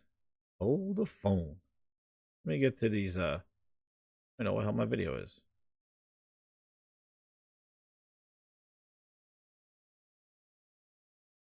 Let me check. Xbox showcase. Oh damn, that's me. Xbox showcase. The hell's going on? All right, we're 94 likes. Come on, let's get to the 150, and you'll get your song. Exclusive. Yo, Ron M with 5 members. Thank you so much, Ron M. Get those VIPs in the house. Get them in the house. There you go, Neil. You became a sponsor. There you go. You got the VIP emoji back in the house. Back Hermen Holt Splits. Bitrate says Avowed a 7 out of 10, maybe. Maybe. I don't know. Like I don't know. But this is I don't know how many times I've said it. The problem is that there's too much with Microsoft games on delivering of the I don't know. And that's where I said when you watch that showcase, there's caveats to this because a lot of it they have not delivered on their promises. And this show, I feel, was definitely a reboot to more promises, more stuff that, hey, this is we're going to put that carrot in front of your face again. And that's what this show is. The show was more of a promise. That's why it was so good, because they showed, again, remember when Phil's like, well, we're just going to talk about the next 12 months. We're just going to show what's in the next 12 months. And then they pulled away from that. They stopped doing that as well. Now they're showing stuff that are years out, like Perfect Dark or something like that along those lines. So they went back to going to show future, like things in the future. And they go back and forth, dude. That's the thing. They go back and forth. They say, well, we're not going to do it. And now we're just going to show you what's coming out in the next 12 months because we made too many promises of games that we've shown. We got caught up in that stuff. And then now we're going to show everything. We're going to show all the stuff. Gears. We're going to show Perfect Dark. So they looked ahead of 2025. So they're showing you games that who knows. But basically what they did was they gave you promises of games that are coming way in the future. That's why the showcase hit so well, because they showed Fable possibly coming next year, but then Perfect Dark and then Gears. When are those coming out? No release dates, no year at all, or anything like that. So what you're getting next year is priced out to midnight, and maybe Fable if that comes out. But Perfect Dark, again, here's the Perfect Dark one. I liked the direction. I really enjoyed what they shown. But again, as for the delivery, that's why I'm showing what Avowed is, because Avowed and Indiana Jones are being delivered this year. So we're at the point of what matters to us. And that delivery doesn't seem on point.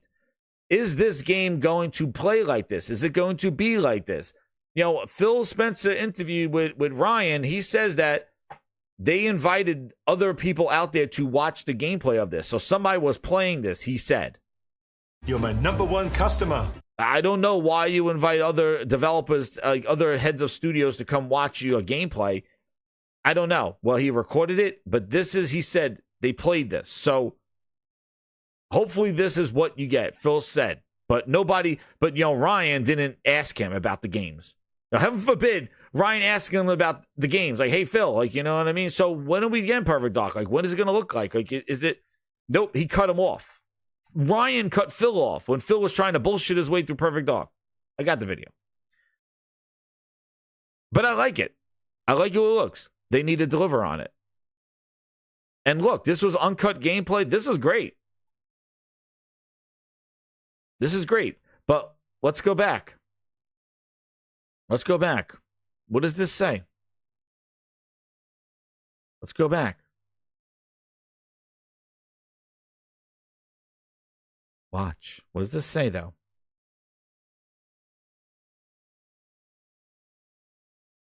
in-game footage and cinematics.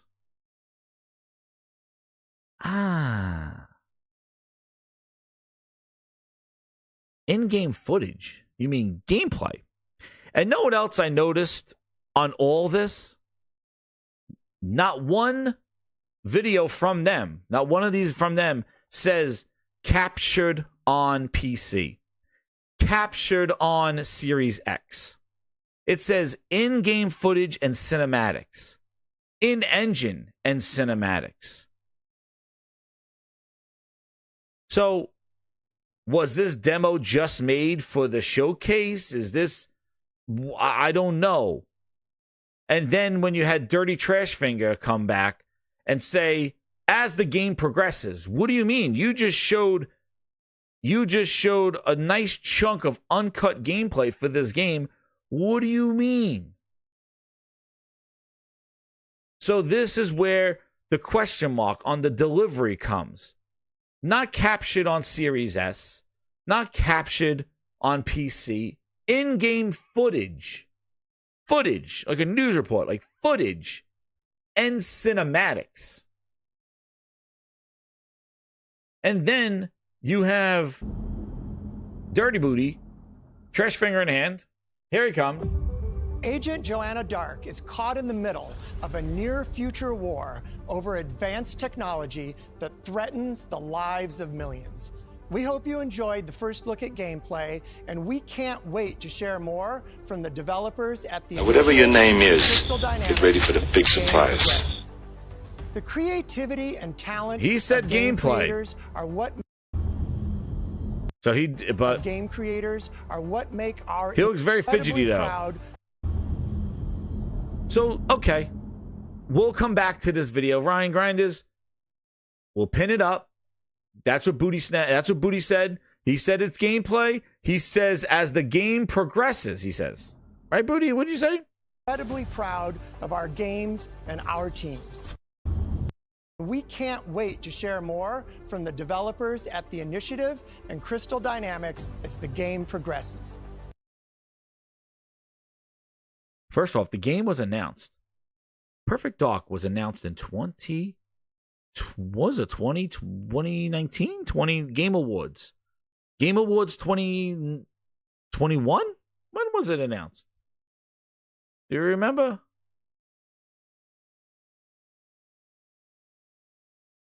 Perfect Dark announced. Let me see. When was it announced? In the Game Awards of 2020.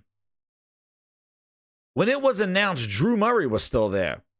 When it was announced, Miles Morales didn't exist. When it was announced, Miles Morales didn't exist. Game Awards 2020, Perfect Dark was announced. We just got what? A Miles with a teaser trailer. Miles Morales just came out. Drew Murray left earlier. When did Drew Murray leave?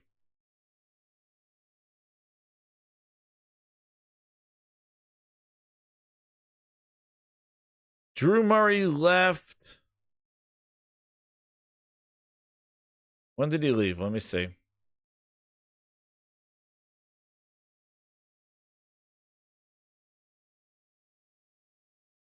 I thought he left after they officially announced it. Yeah. Drew Murray left February 2021. So December of 2020, this game was announced. And Drew Murray left in February of 21. We are in June of 2024. And this is what you get. And Booty says no release date, no year, and follow with us as the game progresses. That don't sound like next year. So I'll wait to E3 again, right? Wait to next year's showcase for this, right? We're back to waiting again. Wait, just wait till So why would you show it? Showcase, but I can't take I gave the show credit, true. I gave it yesterday. But when I come to the delivery part of this, I have to question these things. Because Microsoft could promise you all these things. Hell, they promised us... do I need to remind you? You know what? I think it's time. I think I need to send a reminder out. Because we say... And then let's come back now to Fable. What does Fable say? This is next year it's coming out. Grind is next year. In-game footage. They like their in-game footage. Then we got to come here. I want to see something. Let me just see. I just want to see if that's the terminology that they use. Let's see Flight Sim. What do they say here? Let's see. They say in-game footage for, because we know this is game. In-game footage for Flight Sim. Indiana Jones? In-game footage. What is it running on? Man, look how much Indiana Jones. They still never announced a release date for it. It is crazy. And then Avowed. So it seems Microsoft's definition of in-game footage is in-game. But it's not, they don't say what it's captured on. Not captured on PC, captured on Xbox. They don't say that. Avowed. Is this Avowed? Yeah, Avowed. They don't say anything about Avowed. In-game footage and cinematics. I don't know. And Fable not coming out next year? I don't know. I do not know. But nothing running on a Series X. Nothing running on PC. Just in-game footage.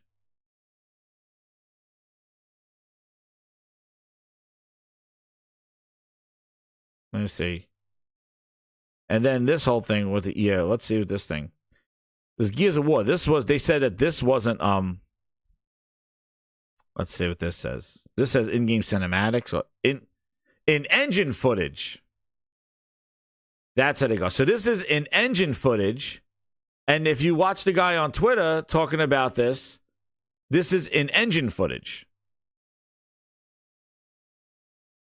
Well, that's some bad news. I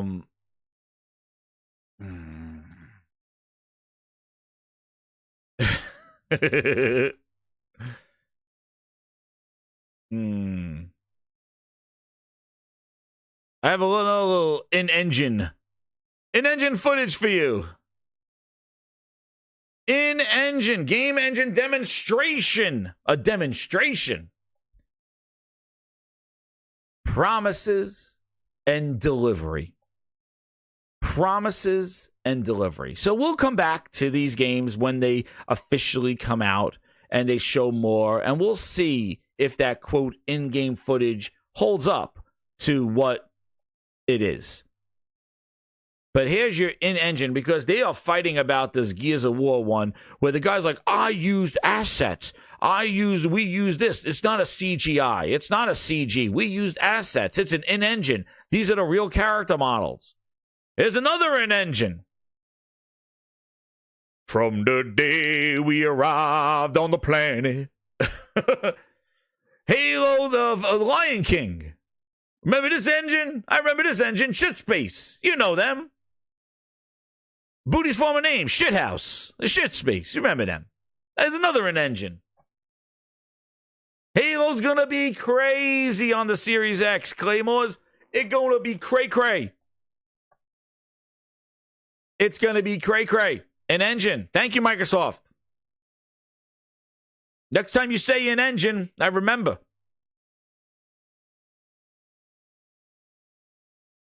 An engine. There you go. Oh, it's going to be... Oh, my God. What an incredible... Oh, my God. An engine. Oh, this is what it looked like. Oh, my God. And we got Craig after this. Delivery.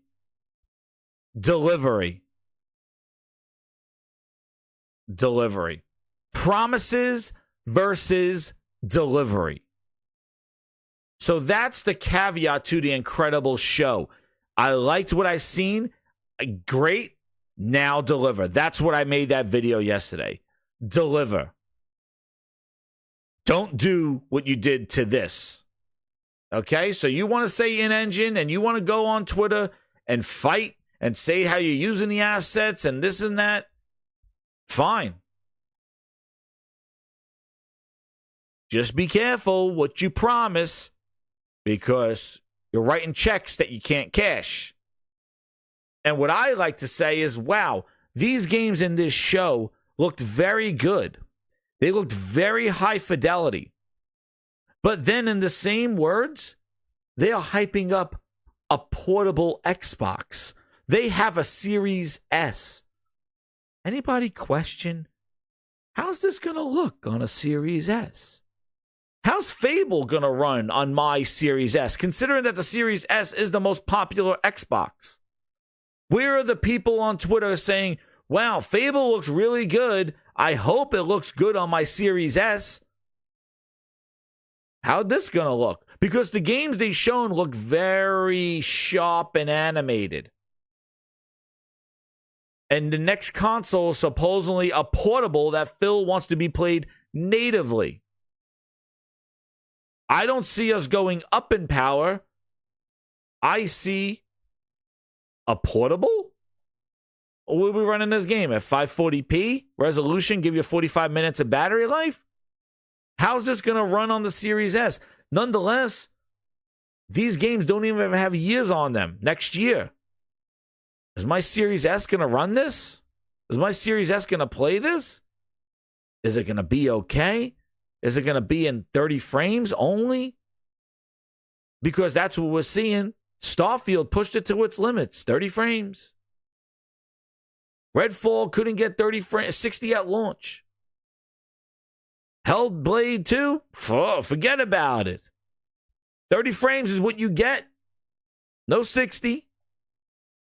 Well, I assume Gears will be Unreal 5 2 and 3 years from now. Is anybody asking, what about my S? What about Booster? But no. I ask about what about Booster because, hey, it's the most popular Xbox, supposedly. What about Booster? Anybody after the show, what about Booster? Nobody asked about Booster.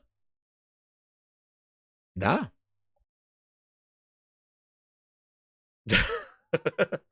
What about Booster? I don't know. We'll find out. So we'll come back. Remember, the videos of Phil Spencer and company just keep on giving. Keep on giving. So we'll come back and see. And then we'll come back and say, did the delivery match the promise? Because that's always been Microsoft's issue, is shipping great games. They could show them. They get you all excited. They give you that whole excitement. But do they deliver? Did they deliver on that Halo promise? Did they deliver on Starfield promise? Did they deliver on Hellblade's promise? Hellblade looked good, but what was the game? It was less than the first.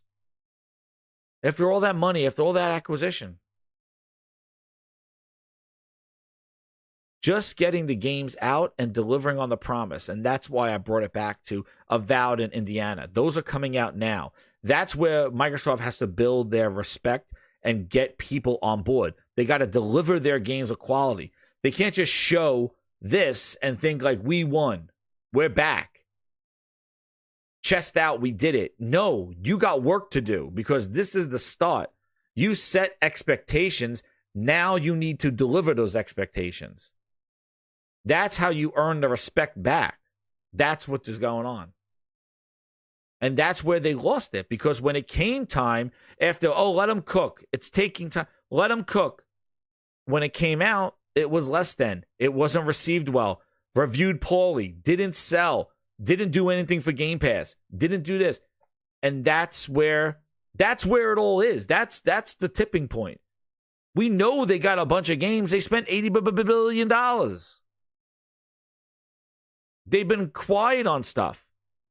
Like I said, Perfect Dark was shown in 2020 in a CGI. We had to wait to 2024. Oh man, Initiative quadruple A game being made. Oh my God, 2020. Can't wait. Next generation, here I come. We are now almost 4 years in, and we got a supposed gameplay, no release date, and the game is still being made. Bootleg Studios, Crystal Dynamics, Bootleg Avengers, Times Square Spider-Man, creators of Times Square Spider-Man. What do? We wait. Wait on the promises. So that's what I mean. This excellent show, it's short-lived because it's great, but does that change anything today? Does that change anything tomorrow? Does that change anything next month? Does it change anything for the holiday? It doesn't. Because they have to deliver on these promises of games that are promised for next year and years after. The games that are coming out now are the ones that should be highlighted. They should be breaking down Avowed, showing how great it is. Do what they did. Do like what Sony did with Stellar Blade, what Sony did with Helldivers, what Sony did with Final Fantasy, not even their own friggin' games. What Sony did with Horizon and God of War. Build up the hype for your games. Don't hide them. You've always do that. And then when they come out, they go, and they attack the reviewers. Look at the Metacritic. Like, their PR sucks. And this is what Phil does well. He loves this thing. He loves this showcase time. He loves this E3. Don't believe me? Look how excited he is. So excited. They didn't even give him 24 hours before he had to open up his mouth and shit on the stuff that he promised.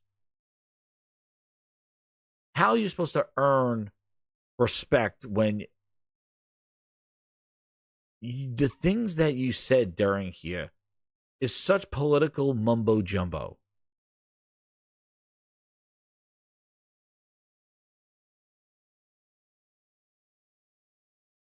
Such political mumbo jumbo. And Ryan doesn't press him. Ryan doesn't do anything. Ryan interrupts him when Phil is trying to bullshit his way out of questions.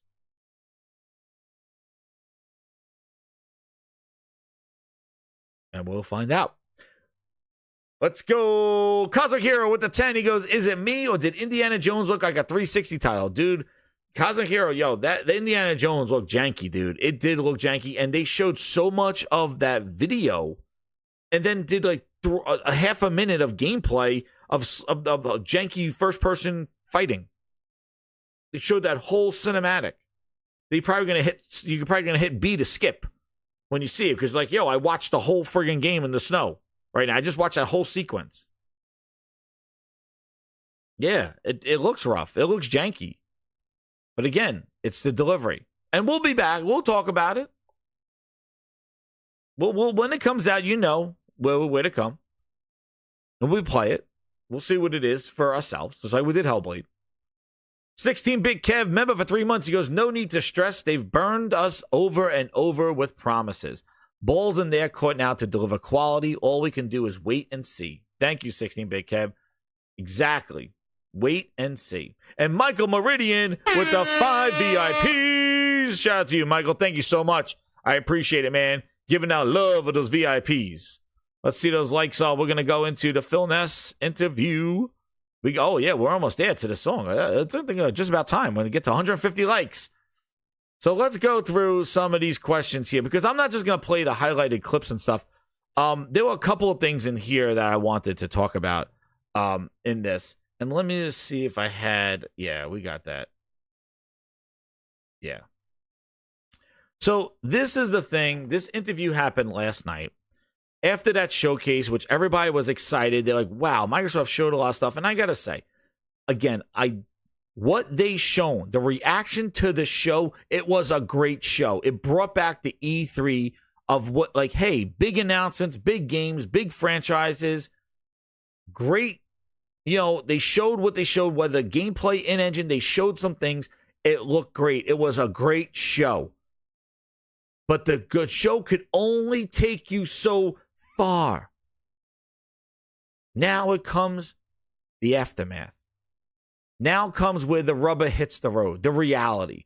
You went there, you were front row stage. He stood up there. He looked down at you. He smirked at you. You were screaming your head off. Phil Spencer. Well, I don't need to scream his head off. We got our own in-house circus. Where is he? You looked up at you. He looked down. You in the crowd, and you look up at him, and he googly eyes you. You're my number one and customer. You're just like, Phil Spencer! Phil Spencer! there he is. There he is. Oh, what he's shown. He's a gamer like us. Like us. Like us. Like us. There he is. And now you go back home. It's like, oh, I got to hit the traffic. Now reality sets in. And here comes the reality. Phil just smacked everybody right back down to earth. But he used a political statement to make himself look good. Val Dante with the 20. Thank you so much, man. He goes, it's 2024. I've been waiting for a reason to get an Xbox after giving away my last gen Xbox. Being in Seattle, my Microsoft friends in 2020 told me to wait for the tools, and then the games. Now I'm waiting for them on PS5.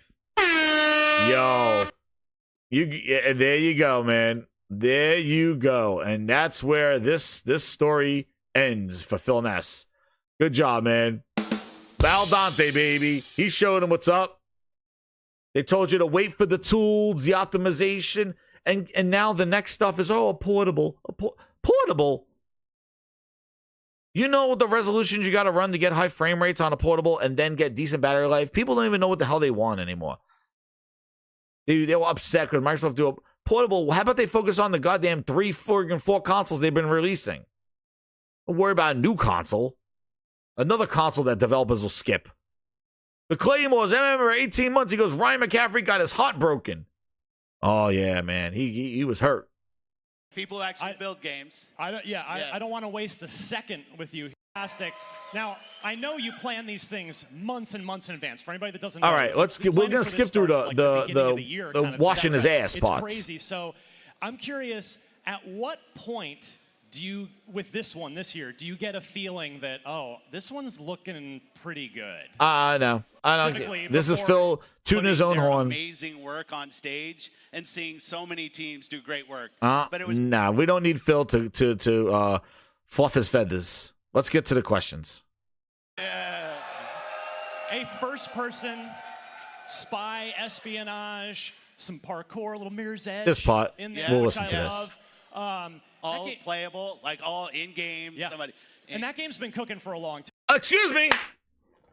Why did you just cut this man off? I wanted to hear the bullshit about Perfect Dark. Ryan, you're so hyped up about Perfect Dark. The man was about to detail what we saw, and you cut him off. We're gonna have a ZOINKS counter. ZOINKS? There's one. Why did you cut this man off? He was trying to bullshit. Crystal was brought in to help it keep going. So what has it been like for you to kind of follow the very long trajectory of that game from, that started with Daryl Gallagher starting a studio. And just down the street. Yeah, and now we're finally here. So how has it been kind of getting to this point with Perfect Dark? Yeah, in parallel building a studio while you're building a game and something that Perfect Dark back to N64 and obviously us with PDZ on 360. Like there's just such anticipation for that game, and I really appreciate everybody's patience because we've been talking about this for a long time. And like my team can verify this. When I saw it, I said, this is the one that Ryan's gonna love because we know his love for Spy. And I said, this is the one.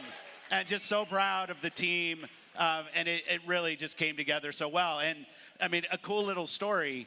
Daryl had our other studio heads down at the studio just yesterday and walked through that same section in-game to show them, like, this is a game being played. And I love seeing our community of creators coming together that way.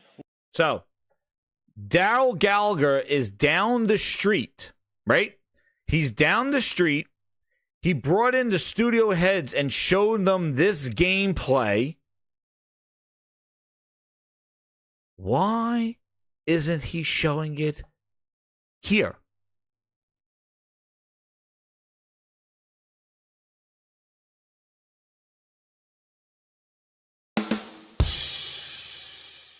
He's down the street showing the studio heads this gameplay that we saw.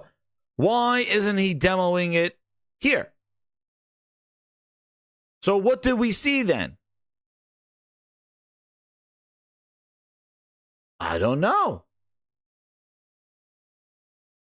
Interesting. Well, another, the one more thing, which we were all... This is a game being by this. When I saw it in a studio, followed the partners at Crystal have been doing amazing work there. Yeah, Crystal was brought in to help it keep going. So what has it been like for you to kind of follow the very long trajectory of... Stole the show for me was something I wasn't... I want to get to that part where you cut him off. Mirror's Edge in there, which I love. All playable, like all in-game. Yeah. And that game's been cooking.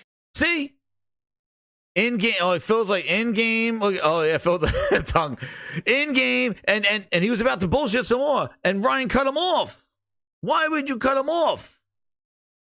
All playable, like all in-game. Yeah.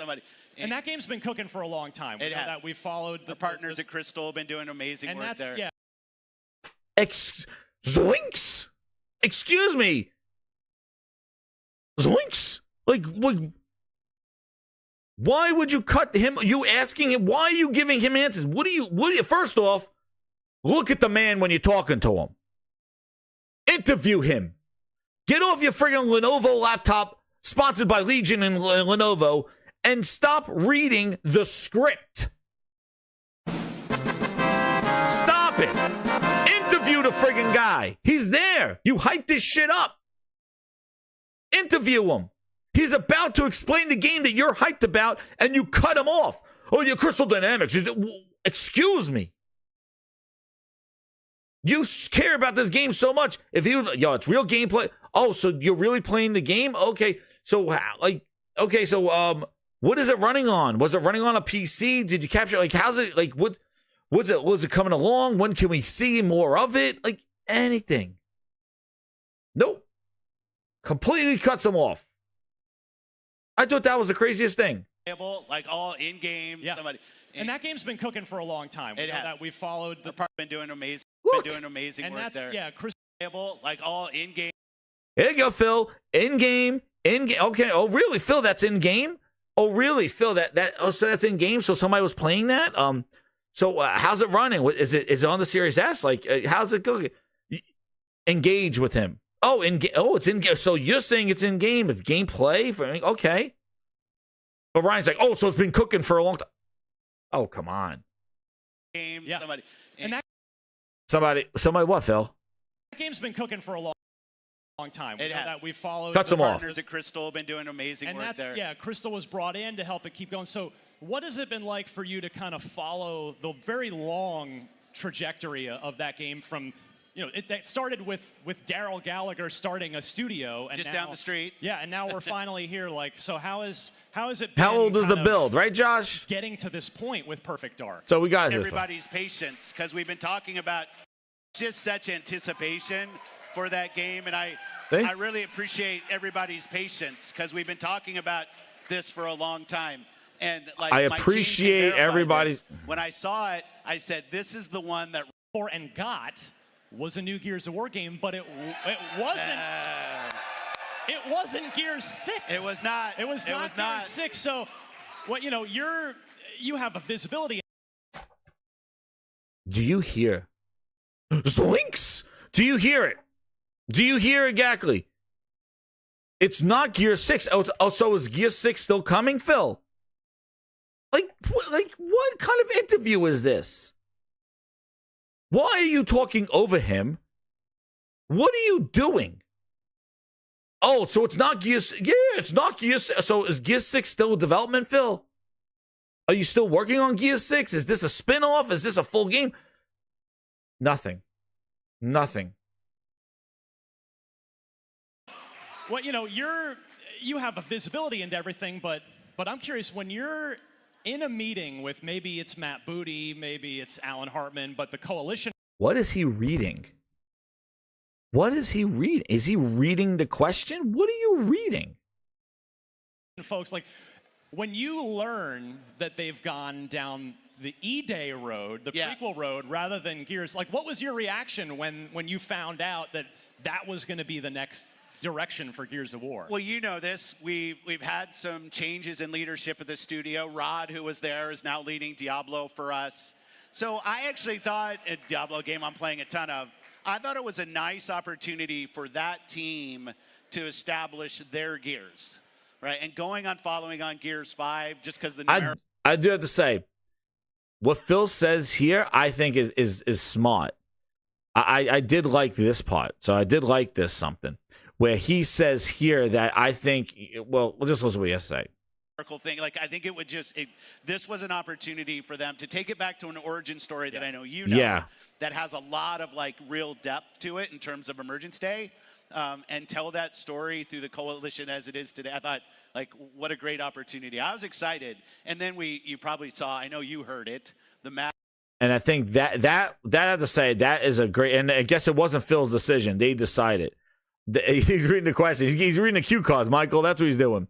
So I like that. I do like that. The fact that he gave this coalition without Rod, because probably without Rod, to make their own Gears of War rather than creating the story that Rod was working on with Kate stuff, which who knows where Gears 6 is.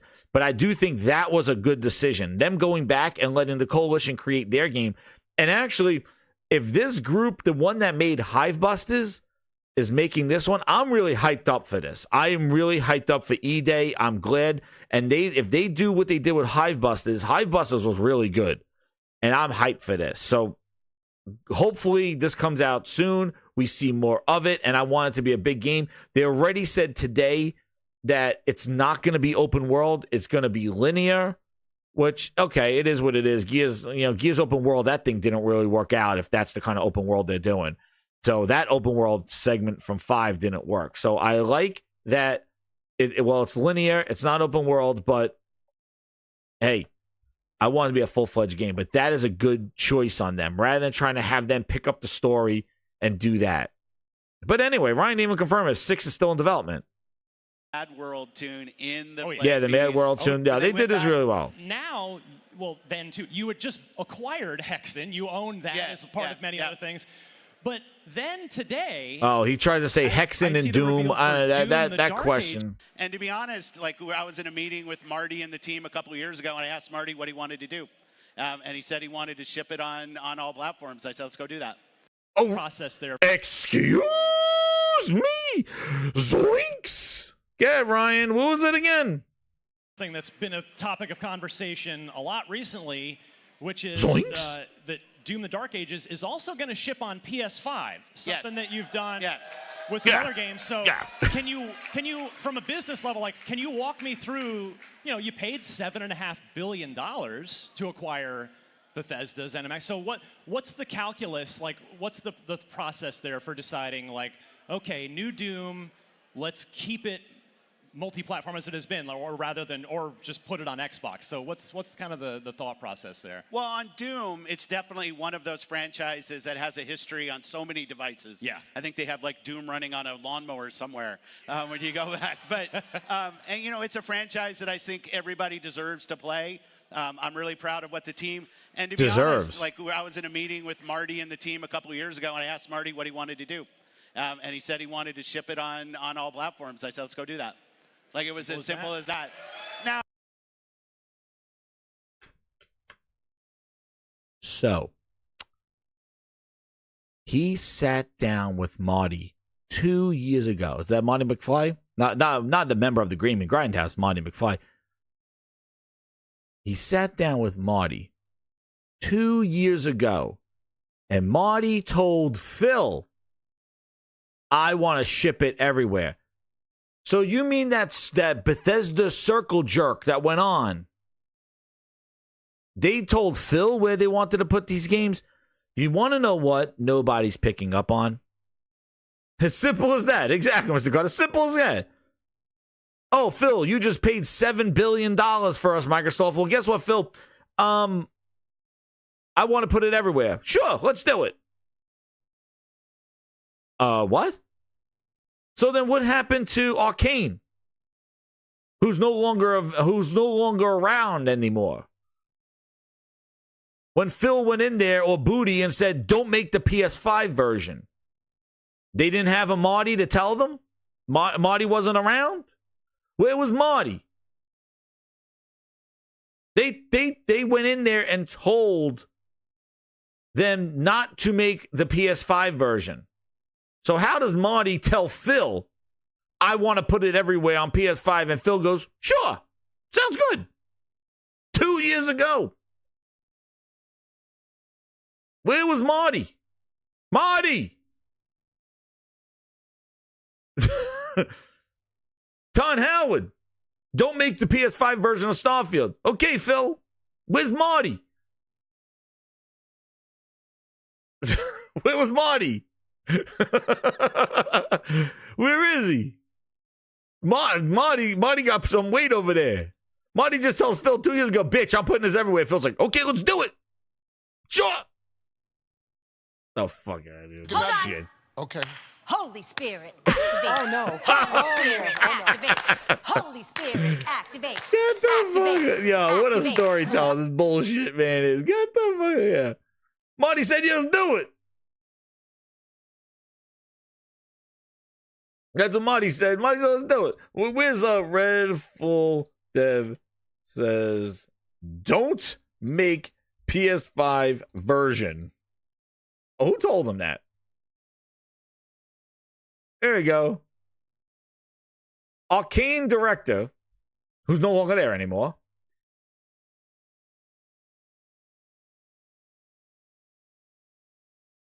There it is. Let's see what he says right here.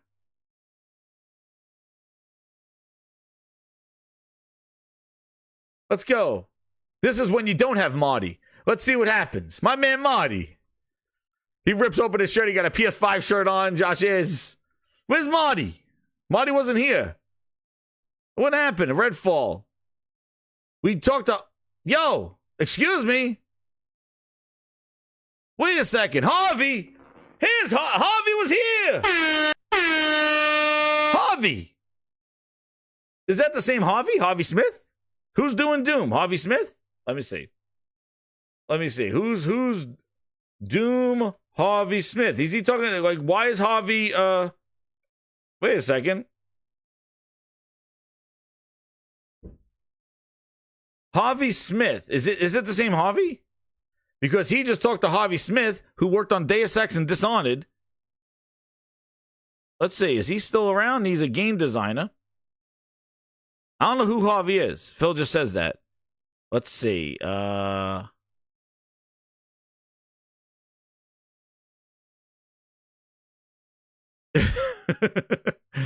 Harvey Smith told us that one of the notable consequences was the immediate cancellation of the PS5 version of the game. He says, Harvey, I don't know if they're the same Harvey that Phil's talking about. Oh, Harvey is Marty? Wait, did he say Marty or Harvey? You're my number one Holy customer. Shit! Grinders, what did he say? He said Marty, he said, not Harvey. All right, so Harvey don't get the answers. Marty gets the answers. I'm Harvey. You're Marvy. Chew your gum. So Harvey don't have the weight that Marty does. Marty Stratton. Thank you so much. Claymore's Marty Stratton worked on Quake and Doom games. So Harvey Smith said when we were bought by Microsoft, it was changed with a capital C. They came in and said, no PS5. We're focusing on Xbox, PC, and Game Pass. All right, Phil. They developed the game a year before the acquisition. There you go. So Harvey got no, but Marty gets yes. So again, Phil, what was that again? Said he wanted to ship it on all platforms. I said, let's go do that. Like it was as simple. Yo, he's so lying. Like he bit his lip. He's like, oh, let's go do that. Like he bit his lip. Like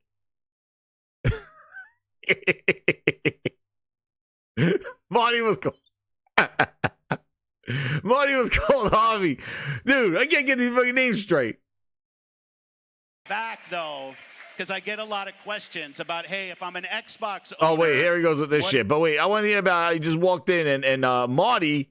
One of those franchises that has a history on so many devices. Get it, Marty. I think they have like Doom running on a lawnmower somewhere when you go back. But and you know, it's a franchise that I think everybody deserves to play.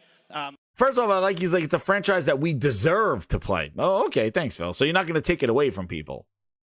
I'm really proud of what the team. And to be honest, like I was in a meeting with Marty and the team a couple of years ago, and I asked Marty what he wanted to do, and he said he wanted to ship it on all platforms. I said, let's go do that. Yo.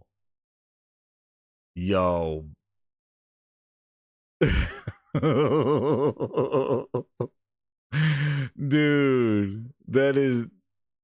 Yeah, I'm sure that's how it went down, Phil. I'm sure that's how it went down. You sure? You just bought them $7 billion, and the guy's like, I'm putting it on PlayStation. Phil's like, yeah, let's go do that.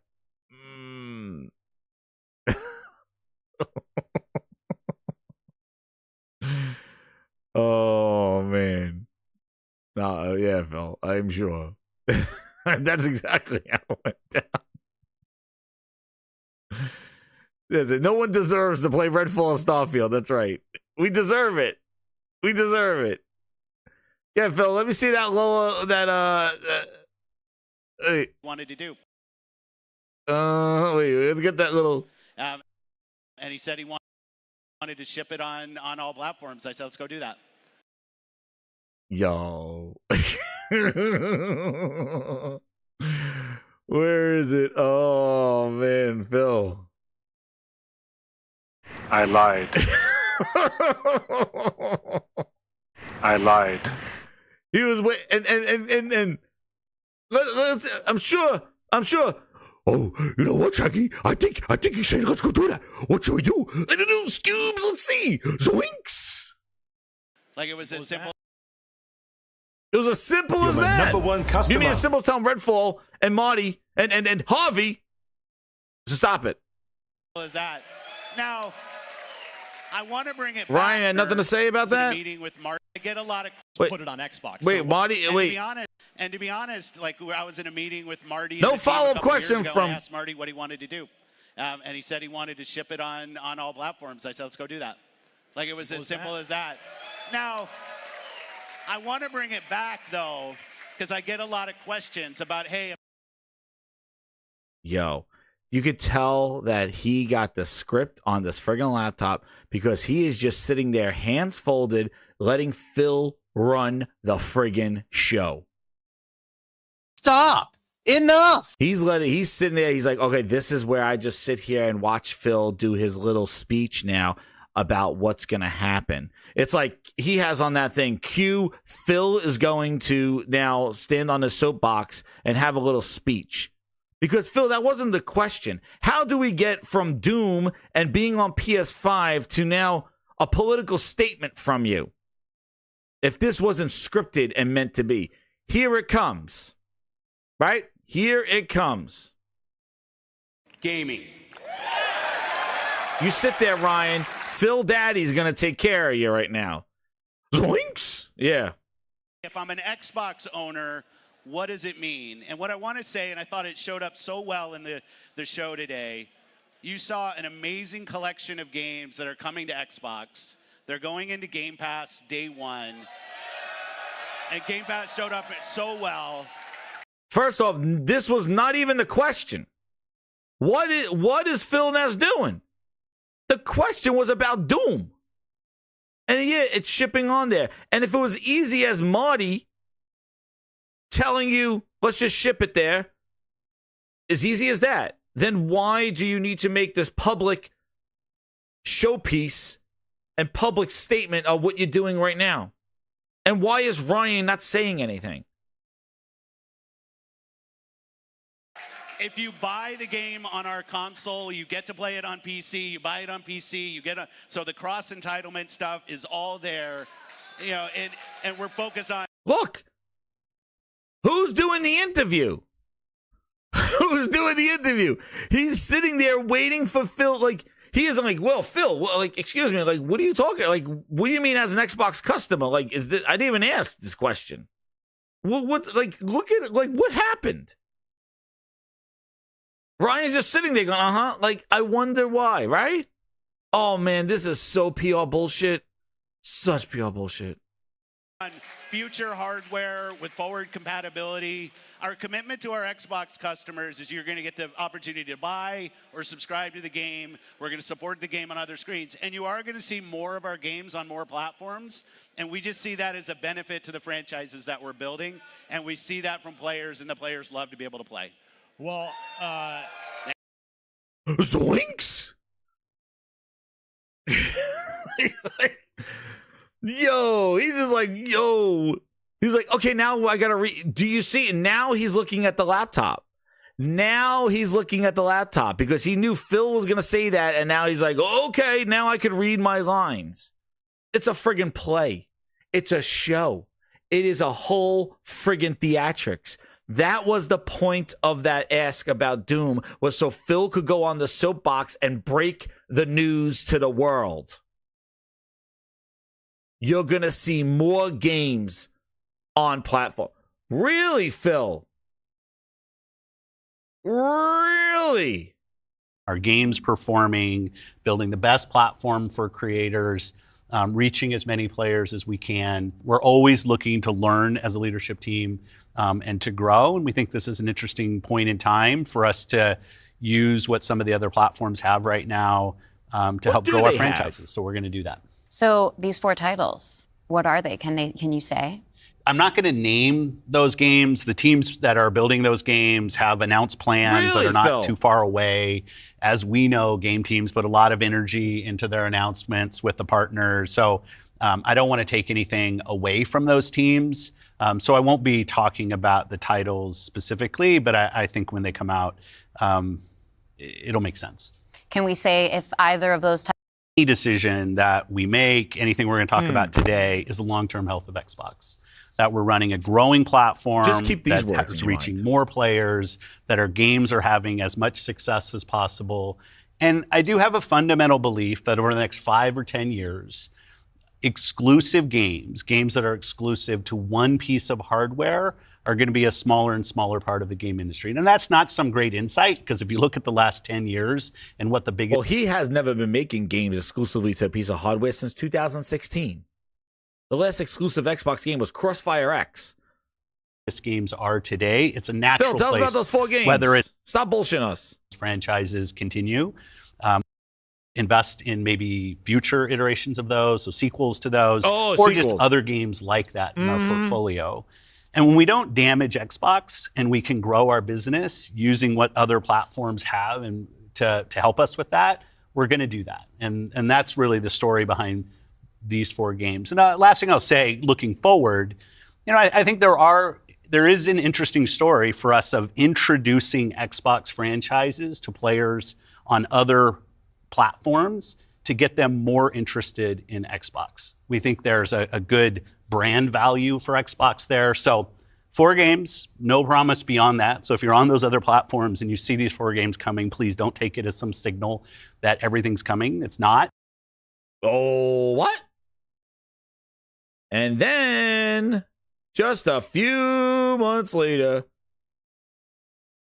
Soapbox Phil. See that from players, and the players love to be able to play. Franchises are going to see more of our games on more platforms, and we just see that as a benefit to the franchises that we're building, and we see that from players, and the players love to be able to play. Customers is you're going to get the opportunity to buy or subscribe to the game. We're going to support the game on other screens, and you are going to see more of our games on more platforms, and we just see that as a benefit to the franchises that we're building, and we see that from players, and the players love to be able to play. And this is the problem of Xbox, the mixed friggin' messaging.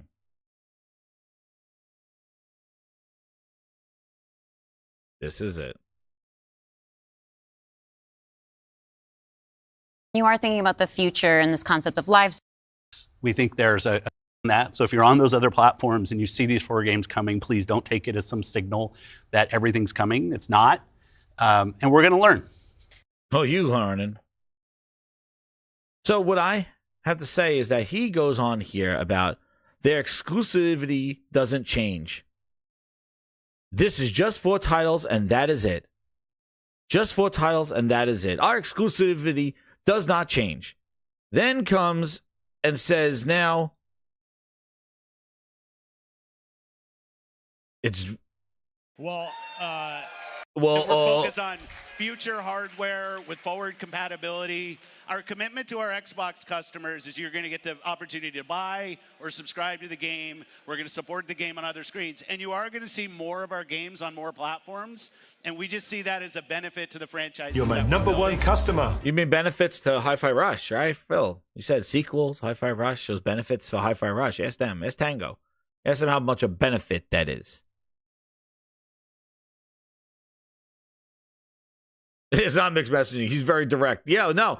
See, he had to get on this soapbox and be just like, this is what we're doing, because this is sort of them ripping off the Band-Aid. So whenever he comes and says, hey, these games are going to show up, they're going to do this. But what's interesting is, as an interviewer, doesn't ask anything about, oh, well, Phil, you said back in February, you said that there was just 4 games. So you're saying there's more games, Phil? Right? If you're sitting there, this guy, the last time he spoke in a forum, he said it's just 4 games. Don't take it as any indication. This is all that is. And we're learning. Now, he changed his whole tune and said more games will be coming everywhere. And Ryan had nothing like, oh, so is it different than what you said a few months ago, Phil? That's why this interview is so friggin', it's a script. It's a rehearsed. He knew exactly when Phil was going to say this, and that's why he just sat there, hands folded. Because the whole point of this interview was for Phil to say those lines, to tell everybody our games are going to other platforms. That's the future. And on Xbox, you're just going to be able to buy the game. Yay, we're going to make you buy the game or get it through Game Pass. So that's their strategy. Their strategy is to offset the cost of the loss of in Game Pass, because they want to keep this in Game Pass. They want this Game Pass to keep going. And in order for Game Pass to be, quote, sustainable, or for them to put these games into Game Pass, they need to sell. And they got to make money elsewhere. So by putting these games on other platforms, they're going to use PC and consoles, probably the Switch too, and PlayStation, to offset the loss that they're getting by putting this game in Game Pass. That's their future. That's the future of Xbox. Put it in Game Pass, whatever subscriptions we'll get there, and we'll offset the loss that we're getting by putting it in Game Pass by selling the game on other platforms. And that's their strategy. So that's why all the games, probably even the bigger ones, will be Frosted Glass, Project Frosted Glass in full effect, because they need what they have. They have sales. And another thing that really comes through in this interview is how often Phil says, buy your games. That's something I want you to listen to. Also, I want you to listen to, if you remember that past interview, about how dire Xbox, the console's not growing. The console's not growing. We need what those other consoles have. Just remember that, because another part of this interview. Let me get these super chats here. The Claymore's with the 10. He goes, Marty told Phil, we don't want to be exclusive to your dog shit platform. That's what he said, though. He said, we don't want to be exclusive to your piece of trash. That's what Marty said. Phil's like, okay, let's do it. It is trash. I don't care about the console either. Cosmic Hero 270 with the 10. He goes, so all these years of let us compete and Bethesda circle jerk until now some guy named Marty says, fuck that. I want my game everywhere. And Phil conceded. Phil said as simple as that, Cosmic. Exactly. As simple as that. That's it. Simple as that. Marty just said, I want it everywhere. And Phil's like, okay, we'll do it. Now, if you remember, Cosmic Hero, if you remember back at the CMA stuff, right, last year, remember there was pressure from actually Pete Hines was the start of it. If you remember Pete Hines' interview last year where they're like, so when was Starfield exclusive? He goes, when Microsoft bought us. And there was that sense of animosity, like, hey, I wanted this game to be big, but Microsoft wants it exclusive. Do you remember when Pete Hines did that interview? Where he basically, they're like, well, Pete, like when did you decide Starfield to be exclusive? And he's like, when they bought us. And you could sense that stuff. Even with the interview with Redfall, they came in and told us with a capital C, cancel that. There was animosity of being purchased by Microsoft because they were a third-party publisher. They were used to putting their games everywhere. And Microsoft came in and said, no, we paid for you. Now you're going to use it. We're going to use you to our benefit for Game Pass. And there was some hostility there. They didn't want to do that. Marty is an example of it. He's like, no, you're not making Doom exclusive to your platform. You know?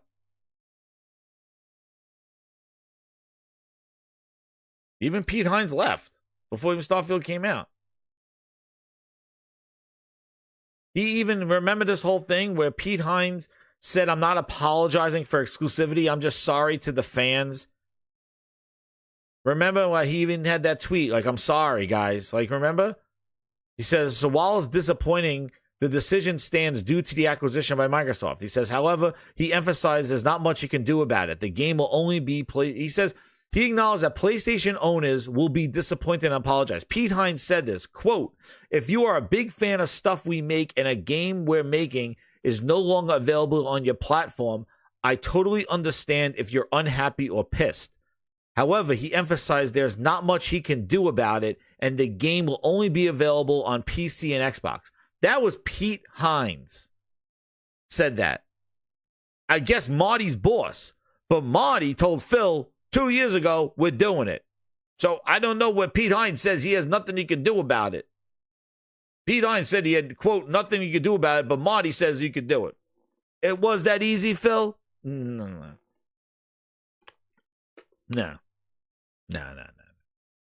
I think it wasn't Marty. Maybe Marty in your dream. I don't think it was Marty in your dreams. I think Satya said, Doom? Yeah, it's going everywhere, Phil. And Phil bit his lower lip. I think that's the real story. 2 years ago, Marty said it on PS5. Pete Hines had a quotes here saying that there was nothing he could do about Starfield. Right here, Grinders, look. Right here, Pete Hines. There's nothing I can do, he says. I totally understand if you're pissed. However, he emphasized there's nothing he can do. The Starfield is on PC and Xbox. But Marty told Phil, oh, no, Doom's everywhere, bitch. And Phil's like, okay, just like that. Oh, really? So Redfall gets a no. Hi-Fi Rush gets stealth released. Sure, that's what they wanted to do. Shigen Shenge probably wanted that. Now, 2 years ago, yeah, I'm sure. 2 years ago, the words PlayStation weren't even in your goddamn mouth, Phil. All right? Because you came out there chest open and said Starfield is exclusive to Xbox. Marty telling you Doom on PS5. Nah, dude. We know how it went down. Satya took you in a corner in February and said, bitch, our games are everywhere. Doom is on PS5. You could tell he was lying. He bit his lip. He bit his eternal lip. He's like, it was as easy as that. And he bit his lip. I'm like, yeah. Phil, you lying out your ass. That's not how it went down. 2 years ago, Marty said, let's put it everywhere. Yeah, I'm sure. Now, Satya told your ass in February, all this shit's going everywhere, Phil. Frosted glass, activate. That's what he said.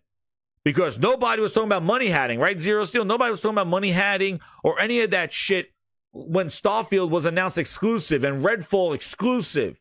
Even when the dev of Redfall complained about it being exclusive. Shit changed this year. And what it grinds my gears is that this interview happened and not one reference from Shaggy about goddamn February show. I don't know, Shaggy. You didn't ask him about last year, about February.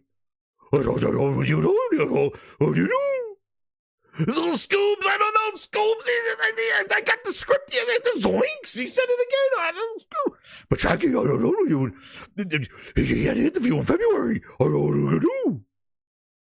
Well, Scoobs, I don't know. I'm going to ask him another question. Let's see what he says. Let's go, Zoinks. And we see that from players, and the players love to be able to play. Well, thank you. There you go. I have to do the journalistically responsible thing now and bring the mood down. Otherwise, the internet would tear me apart. Oh, okay, so Shaggy, you can ask him. You can ask him about the studios. Oh, okay.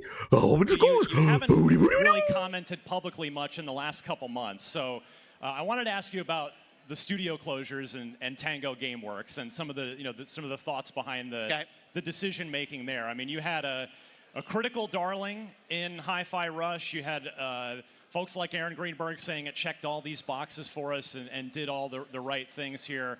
So, walk me through the decision of why, really Tango specifically, not to disrespect the other studios that were closed, but that was the one that really seemed to kind of stick in the community's craw a bit. So, I'm hoping here that you can take the opportunity to address that closure and some of the recent changes in Xbox. Yeah. Damn, that was long-winded, man. That was long. Yo, that lady asked Sarah Bond's like, yo, you closed down a couple of studios. What the hell's your criteria for it? Sarah Bond got the hard questions. Ryan gave him a whole friggin' nonsense. Let me get these other super chats before I let Philness flow through the screens. Hit that like button. Over 300 people here. Do we have 150? Because I think you guys didn't get a special edition. You've been a great crowd tonight. Great Grindhouse. Oh, we're almost there. 20 more likes, man. We got 150. You're getting a special song. Exclusive. Gaming Grindhouse music coming your way for all the viewers. Game Night 123 with the 5. He goes, man, if what Phil said was about exclusive games slowly going away in 4 to 5 years, I can't wait to play all these Nintendo games on my PlayStation. Yeah, exactly. Dude, Phil hasn't been making exclusive games for over 6 years. It is ridiculous. He's talking about everybody else. B Carter legit. Remember, 15 months. He goes, AC looking really good. Never go full Ubisoft. So I wait for a sale. Hey, man, take the Grindhouse advice. I might break my advice there. But hey, we're human. Xbox got to win. A good show. But the Call of Duty on rules on Game Pass is wild. Xbox so frosted. Oh, yeah. Yo, that Game Pass rules on that thing? I don't know if I'll get that today. I might do a grind bit later on for that one. But we gotta see what's going on over here. Ready? Okay, back to the show. Yeah, the closure of any team is hard, obviously, on the individuals there, hard on the team. And I try to spend all of my focus, as you said, I haven't been talking publicly about this, because right now is a time for us to focus on the team and the individual. But you sent out Sarah Bond to talk out publicly about this. Phil been hiding his ass. Sarah Bond they sent out to talk publicly about it. Keep going, Phil. It's obviously a decision that's very hard on them, and I want to make sure through severance and other things that we're doing the right thing for the individuals on the team. It's not about my BR. It's not about Xbox BR. It's about those teams. In the end, I've said over and over, I have to run a sustainable business inside the company and grow, and that means sometimes I have to make hard decisions that, frankly, are not decisions I love, but decisions that somebody needs to go make. We will continue to go forward. We will continue to invest in what we're trying to go do in Xbox and build the best business that we can, which ensures we can continue to do shows like the one we just did. On the, Yo, do they have a applause sign for the goddamn clown show that's in that audience? What the fuck are they clapping about? The dude just said, I gotta fire people so I could do these trash-ass shows, and they clap? What the fuck is wrong with this crowd? Are they like, applause for Phil? They clapped for it. The dude said he had to fire people so you get these shows, and they clapped. They fucking clapped.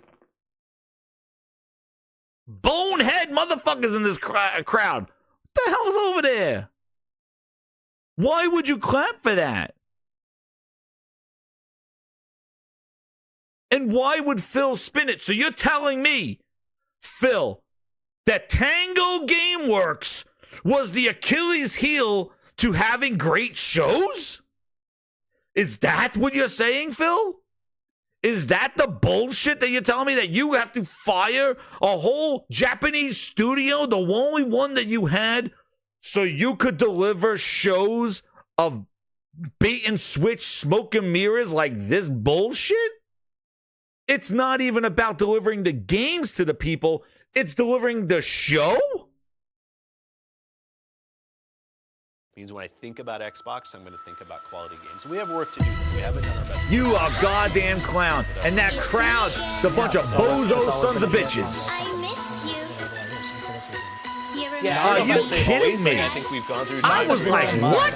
But now you have to know that's a fair. I think it's looking fair to say. It is fair to say. You clown. Really? And he spins it like, oh my God, I couldn't believe it. They freaking clapped at this. I'm like, what? Listen to how he spins this shit. Like, you got to do what you got to do. You got to fire people. You got to break a few eggs to make an omelet. That's basically what he said, and they clapped for him. And they fired their best studio, the game, the one that made him relevant. Go make. We will continue to go on the team. It's not about my PR. It's not about Xbox PR. It's about those teams. In the end, I've said over and over, I have to run a sustainable business inside the company and grow.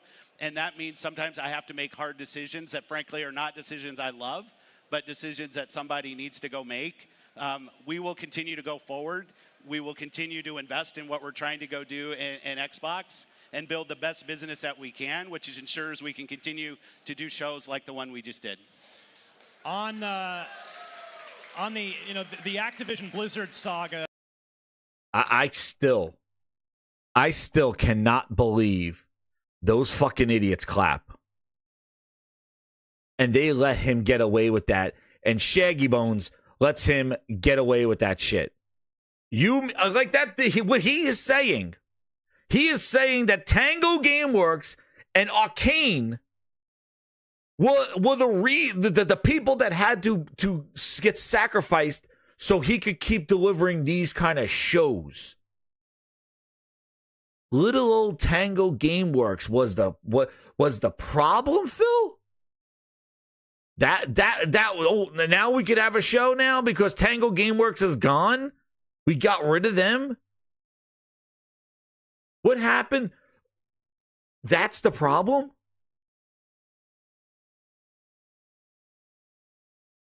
Really? Tango, we want to make a successful sequel to Hi-Fi Rush. The game stealth dropped and got traction in this world of no advertisement budget. We just dropped the game in Game Pass day one because supposedly that's what the studio wanted to do, he said. Because, these studios are saying, yeah, Phil, here's Game Pass. Just put it in Game Pass. I'm sure that's exactly what they wanted to do. No marketing budget, nothing. And then let's just drop a game, stealth drop it in January and get it to win awards later in the year. Let's do a sequel to that. It feels like, no, shut them down.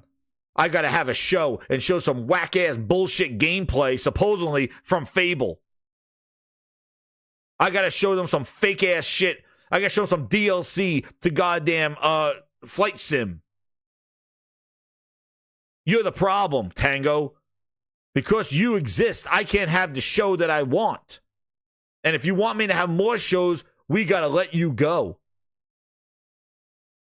But we just want to make a sequel to the most successful game that you had of quality in the last 5-10 years. No. We want you to go so I can have my show. It's all about me and the show. In order for me to have more shows, you got to go. Not even delivering quality game. Hey, for us to deliver great games for you, these are the sacrifices we got to make. It wasn't even about the games. It was about the fucking show. That's what I mean. This man only cares about the stupid showcase. He loves showcase. He loves touting his fucking ass out there and get out there for that stuff. And what's crazy is he knew that this question was coming, and that's the answer that he gave. Sarah Bond was put out to the wolves the week of the firing and couldn't even answer why they would let them go. We don't know how to measure them. Phil just went in there and said, get rid of Tango. That's what I'm convinced now, because like the craziest thing is Sarah came out and said they had no measurement for success of their studios. Phil says he just got to make decisions, and that's who had to go so he could have his shows. That's what he said. Did he say anything about games? Let's see it. We will continue to go forward. We will continue to invest in what we're trying to go do in Xbox and build the best business that we can, which ensures we can continue to do shows like the one we just did. There's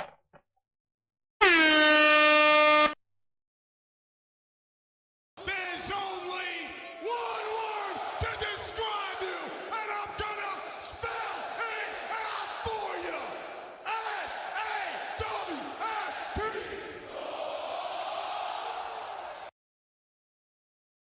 On. Brian had something to say. Is that a deal? No, I keep losing at deals, and I don't want to make a deal anymore. I am leaving, and you can't stop me. I'm packing my bags. Fucking clown show, these dopey ass sons of bitches. Number one customer. Dopey ass bastards. Fucking clown show. That's what this is. So we could do shows like this and the crowd.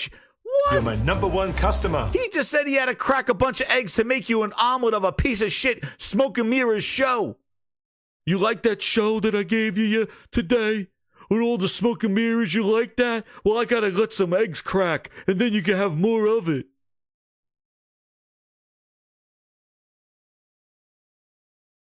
Hard decisions that, frankly, are not decisions I love, but decisions I that couldn't somebody believe this needs to spot. go make. I could not believe it. We will continue to go forward. We will continue to invest in what we're trying to go do in Xbox. And We'll continue to invest in what we're supposed to do with Xbox. What do you mean invest? You spent $80 billion, Phil. Invest in what? Make some fucking games. build the best business that we can, which ensures we can continue to do shows like the one we just did. On the the Activision. SN Kev, I got you. 2 minutes, $2. Play the kid with the kid arguing with the mom. Got it. Anthony Perez, $2. He goes, Tango took up the tramp stamp budget. Had to go. Tango. They're like, you know what feels like? Yeah, Tango got to go. I'm trying to do colored ink this year. I want colored tramp stamps on all the asses of everybody at FanFest on that rooftop party. Grinders. I'm not going to say what, but you saw the Twitter, right? Fucking rooftop parties. Xbox logos. You saw it all. Well, you know what? We got to fire Tango because we need that tramp stamp budget. We're doing colored ink this year. All right, Shag, tell them what's up. Activision Blizzard saga, that's all been, that probably maybe called it saga? Well, I don't know. Did it from covering it and watching it, it felt like it put like 5 years on my life. Yeah. As somebody that covers Xbox, I can't imagine how it was for you. But as that came to a close, and you started integrating them into Activision Blizzard King, into Xbox Studios, has that changed the way that you think about running the business at all? Because the organization just got quite a bit larger, almost overnight in a sense. No, I mean, we're still, and I hope we show this today, we're going to be about building great games for people to play.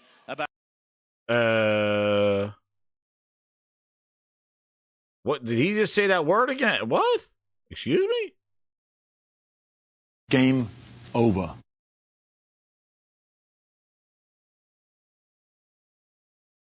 I see commentary that if you just build great games, everything would turn around. It's just not true that if we go off and build great games, all of a sudden you're going to see console share shift in some dramatic way. We lost the worst generation to lose in the Xbox One generation. We're going to be about building great games. Just focused more on great games on our console that somehow we're going to win the console race. I think doesn't really lay into the reality of play. We've got a broader. Wait a second, Phil. I have something right here. Just focused more on great games on our console that somehow we're going to win the console race. I think doesn't really lay into the reality. But then you say great games will make people play on Xbox console. About giving them choice on Xbox to go business at all with because the organ almost overnight in a sense. No, I mean we're still out building great games for people to play. About giving them choice on Xbox to go play. We've got just focused more on great games on our console that somehow we're going to win the. I see commentary that if you just build great games, everything would turn around. On our console that somehow we're going to win the console race. I think doesn't really lay into the reality of most people, like 90% of the people. Got a broader library of games. The thing I'm starting to see, which I really love, is the organic collaboration between our teams that are coming out and trying to build that community of creators that, I mean, you and I will go back to the time of Xbox where we basically had 4 games, Fable, Forza, Gears, Halo, and we would just literally and I would have to come to E3 and I'd somehow try to make those 4 games seem different every year for the community. And now what we have in gaming is just an amazing collection of teams and franchises who loves this industry for the franchise that's focused on us doing a bunch of Unreal games as an example. And then you see things like South of Midnight, which might have been my game of the show. I thought it looked so good. Oh, I like that film. You got Perfect Dark. You have Gears. So, like, for us, as the we have Gears. Gets bigger, I think it's just more important that we can take bets together and try to do innovative, creative things, and that will continue to drive us. All right. Well, we've got to take a very quick. Much more to talk about. Amount of money to spend on growing. It's definitely not an insignificant amount of money. No, the support we get from the company, and my boss is the CEO of Microsoft, Satya Nadella. Hey, Satya. You know, we are given a ton of leeway to go and run and grow our business. But I'll say the thing that we now, this part, just as he says this, think about NPDs. Think about their financial reports. Think about the travesty in February about how the business isn't growing. All these things, all the things that we've been through.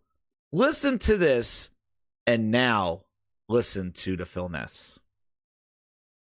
Challenge ourselves to do is to try to do new things. Like, I think if I go back 8 years ago, we said, hey, we're going to go ship all of our games on PC and console, and if you buy one on one, you get it on the other. And I got some, like, reaction from people of, this is the worst decision ever, like, this is going to be the end of Xbox. And we announced Game Pass, and we... I think those people were right, Phil. Like, it hasn't been the same since. So those people, I think, were correct. I was waiting for the whole, like, but you see that it's working. Phil just stops that thought and now jumps into Game Pass. Interesting, because I thought he was going to be like, see, they told me that it wasn't going to work. And I was like, yeah, but now it is working. No, he stopped and he went into Game Pass. I was waiting for the but it did work. No, he didn't. He just stopped that thought and just said, they said it was the end of Xbox. And then with Game Pass, it's like, well, Phil, was it the end of Xbox? Was it not? Because you just stopped. You should have listened to the people telling you it ain't going to work, Phil. He just stopped that thought completely. Like, I was told it was going to end Xbox. Did it? And watch. And I got the Xbox reaction, new things. Like, I think if I go back 8 years ago, we said, hey, we're going to go ship all of our games on PC and console, and if you buy one on one, you get it on the other. And I got some, like, reaction from people of, this is the worst decision ever, like, this is going to be the end of Xbox. And we announced Game So what happened? What happened to that story, Phil? What happened? Was it the end of... I can tell you it probably was the end of Xbox, but why did you stop? What happened to the? Well, let's see about Game Pass now. He just jumps on the. He's just like, and now a Game Pass. Game Pass, and we started doing Game Pass. And I know some people looked at that and said, "Oh, you're going to teach people that games are free, and you're going to undermine the value in games." And what I can say, sitting here today. Yo, where the fuck are those people? I think they were us.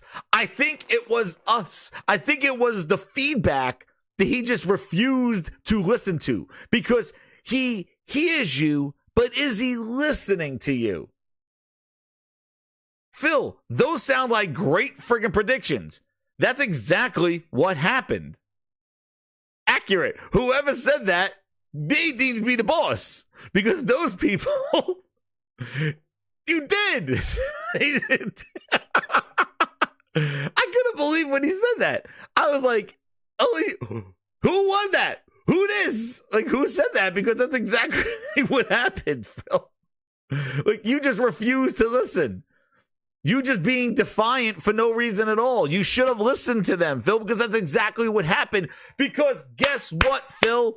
You wouldn't be needing what PlayStation and Nintendo have if the games weren't devalued and free. The community that you created, don't you realize now you need people to buy your games because you have conditioned them that it's free. Exactly what the people told you. And you're going to undermine the value and get one on one, you get it on the other. And I got some reaction from people of, this is the worst decision ever. Like, this is going to be the end of Xbox. We announced Game Pass, and we started doing Game Pass. And I know some people looked at that and said, "Oh, you're going to teach people that games are free, and you're going to undermine the value in games." And what I can say is, so why are you talking about sustainability of your brand? And what's crazy is the question before was that you had to crack a few eggs in firing Tango and getting rid of Arcane Austin to make these shows, and talking about the Xbox business and sustainability and all this other stuff. It sounds like those two things exactly are what happened. Games are free. Just go Game Pass and free, and that's what people say. I'll wait for Game Pass. Just look at what you created when people say I'm not on Game Pass. They go after them going, you're going to fail because I'm going to wait for it. It's free. Dude, that's all I heard after the show. Or the show's like, oh, these games are in Game Pass. Great, I don't have to buy them. Oh, shit. Good job, Phil. You should have listened to the feedback and pivoted and tried to adapt to meet both things. Now you're in this world of sustainability and stuff. And guess what? You think that was bullshit. That was the most honesty that they told him.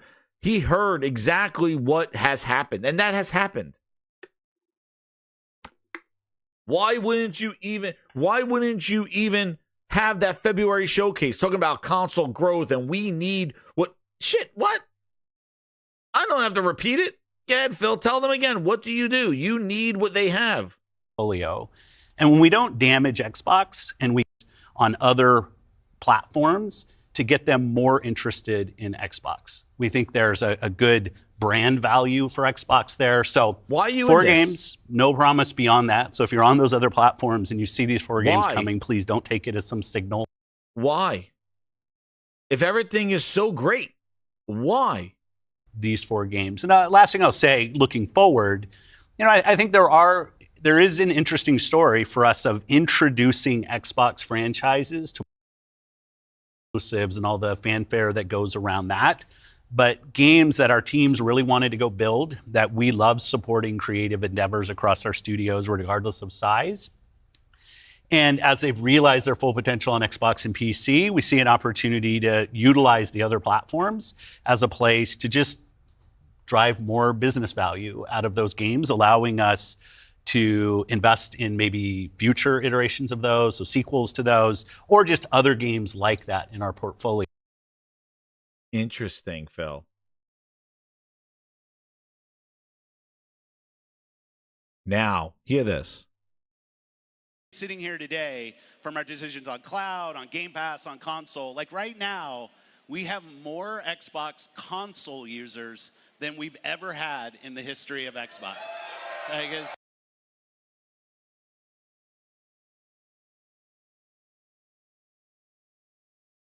Bullshit.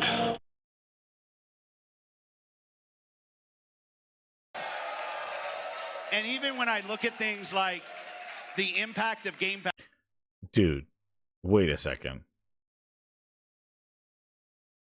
Wait a second. I found Tramp Stamp Gold. What the hell is... What the... Wait a second. Wait a second. Grind Foundry, zoom in. This guy. What the fuck is this? Does he have an Xbox controller in his hand and a hat? Tramp Stamp, bitch! We found them! You're my number one customer. We found them! Oh my god. Why do you have a controller, sir? Oh my goodness gracious. Why do you have a controller, sir? I tell you, man. These fucking guys, I tell you. Oh my goodness. Dude. What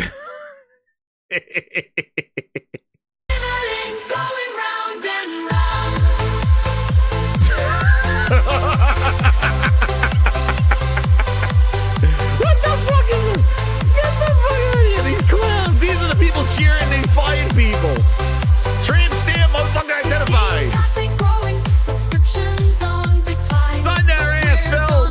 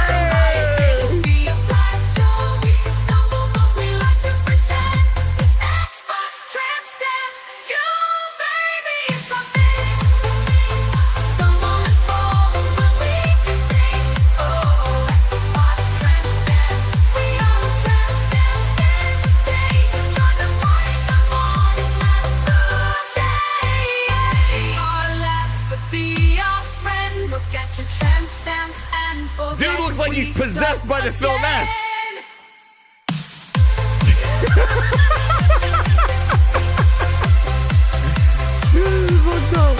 I brought my controller in my hat. The fuck out of here. Oh, man. Phil, tell him how it is, Phil. Xbox Tramp Stamps, they're here to stay. Join the party, come on, it's Matt Booty.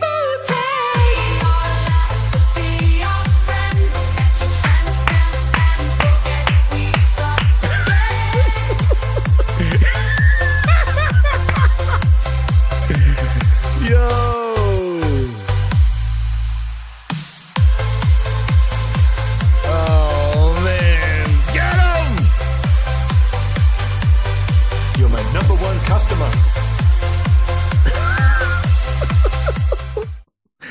Grindhouse music coming straight at you. Get the fucking... I bet you that... Get that... Look at me. Yo. What the fuck? What the... Wait, what the fuck does this guy have on his hand? Who are these people? Is a fucking... What, this guy got a metallic hand? What is that? Is that a glove? A gimbal? What the hell is this thing? Fucking RoboCop? Is that... Does he have a glove for his gimbal? What the hell's that metal thing? What was on his arm? Then I can't get back now. Do you see this? What is it? Is that a glove? I don't know what the fuck that shit is. I don't know what the hell's going on. What kind of crowd did Ryan buy over here? I gotta fix the fucking screen. I gotta fix the screen now. Now it's just all zoomed in. Games are... Phil, get out of here. I gotta come back. Now I gotta zoom out again. Hold on, I gotta go back to the Philness. Holy shit, I'm rocking the fucking Tramp Stamp song. Get the fuck out of here. What the hell's going on here? What the hell did they sign up for? We're zooming in on the paid crowd. Dude, that is wild, dude. That guy, he got possessed. He was possessed by the Philness. He's like, his eyes are rolled up into his head like the fucking Exorcist. He's like, oh! He was fucking crazy. That guy went crazy. He saw the red. He's like the Philness god. All right, back to Philness. Holy shit. Oh, this is the plot. Anyway. Like, this is going to be the end of Xbox. We announced Game Pass, and we started doing Game Pass. And I know some people looked at that and said, oh, you're going to teach people that games are free, and you're going to undermine the value in games. And what I can say sitting here today from our decisions on cloud, on Game Pass, on console, like right now, we have more Xbox console users than we've ever had in the history of Xbox. And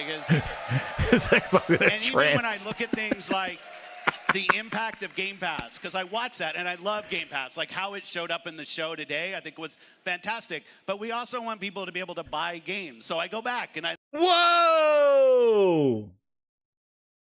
Yo! Oh, no! We suck again! Excuse me, Phil. But we also want people to buy games. Grinders, you've been here for a long time. We've been doing this for a while.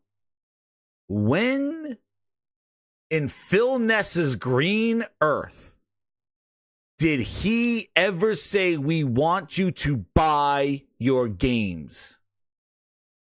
When was that ever a comment from him? It was always Game Pass for $1. Dollar bill. True Virgil said the dude looked like his... Oh, True Virgil, man, you fucking crack me up. Yo, Baldante, holy shit, I was rocking to the goddamn guy getting possessed in the crowd. 20 members from Baldante. Yo, thank you so much, Bal. Thank you, man. Oh, and a super chat, $10. Jim Ryan is 6 years older than Phil and flew around the world as a Sony executive. Phil was like, where is TGW? Japan. Damn, shut them down. Dude couldn't even give the Tango Gameworks the respect for 3 years. Right, he probably couldn't be bothered to fly out to Japan. Remember every time he flew out to Japan, everybody made a big deal? Thank you, Bao. I really appreciate it, man. Thank you so much. VIP grinder right there. Thank you for gifting those. Cosmic Hero 27 with the 5. He goes, Phil, you're trailing behind Xbox 360. How do you have more console players? I am sorry, but what? Exactly. Like I said, think about MPDs. They are trailing behind the 360. They are behind the previous generation. He must be adding Xboxes for the last 5 years, comparing the Xbox One with the Series consoles and then doing that combined. Remember, he used to hate it in the Sega bathroom. If Phil flew to Japan, he came out the bathroom. Everybody said he bought Sega. He had to take a shit. He ate something bad on the plane. I remember that. I was told that. It was inside story. True story. But how? How do you fall behind? You're trailing behind your previous generations. How do you have the most Xbox players ever? And how does that make sense when in February? Where's Ryan? Ryan, Shaggy, ZOINKS, where are you to stop the Philness? Phil ran the show. Ryan was his little Shaggy bitch. Shaggy, you gotta say something. Phil Spencer's going off on a goddamn fucking tyrant. Shaggy, do something. Booty, booty, doo. ZOINKS, I don't know what to do, Scoobs. He just keeps talking, Scoobs. I'm supposed to read the script, Scoobs. I don't know what to do. But Shaggy, he's running the whole show. What are we gonna do? He's spilling bullshit. Scoobs, I don't know. I was told to read the script. He's saying crazy shit. But Shaggy, He's running the show. He's saying some crazy things. Who is this man? I don't know. What the fuck's going on? Phil Spencer's going wild. This is Phil Spencer, Girls Gone Wild, Philness Run Wild. That's what this is. Shaggy's just sitting there letting Phil he has nothing to say. But Phil, you just had a fucking sad story in February where you said the console's not growing. We have to survive for the business. The business was in jeopardy. You need Nintendo and PlayStation to put games there. The console business is not growing. How are you saying here you have the most Xboxes we ever had? And now you want people to buy their games? When? You made Xbox gamers who owned Xbox Live upgrade for 3 friggin' years for $1 to rent all your games. You made them rent all your games, 3 years stacked. People that buy the most and spend the most, per your words. The console customer, the customer that buys and spends the most.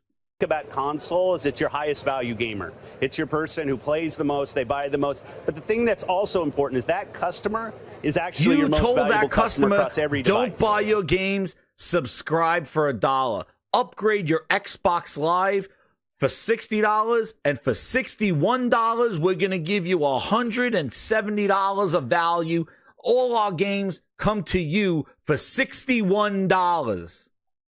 And now, you're saying it all works out? Now you're telling people to buy games? I never heard the words buy your games out of Phil's mouth. The only time was when he started putting his shit on PlayStation. As soon as he started putting his stuff on PlayStation in February, now he's like, we want you to buy your games. He said it in the other thing, buy or subscribe, your choice. Well, guess what, Phil? They're going to choose to subscribe, you clown-ass son of a bitch.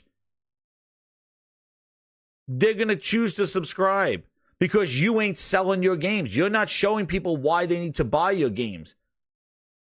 They're going to go for the least path of resistance. Remember when he called buying games a barrier for entry? Josh, Ant-Man, grinders. Remember when $70, $60 was a barrier? $60 was a barrier to buying your games, was a barrier of getting more people to play. Do you remember? He called buying games a barrier. Well, you got to get more people to try out your games. And so, but $60 is a barrier for a low entry. It was a barrier of entry. Buying your games was a barrier. Now he go on saying, I want you to buy your games.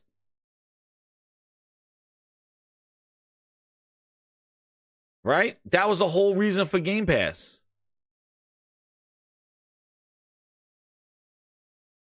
They were a barrier.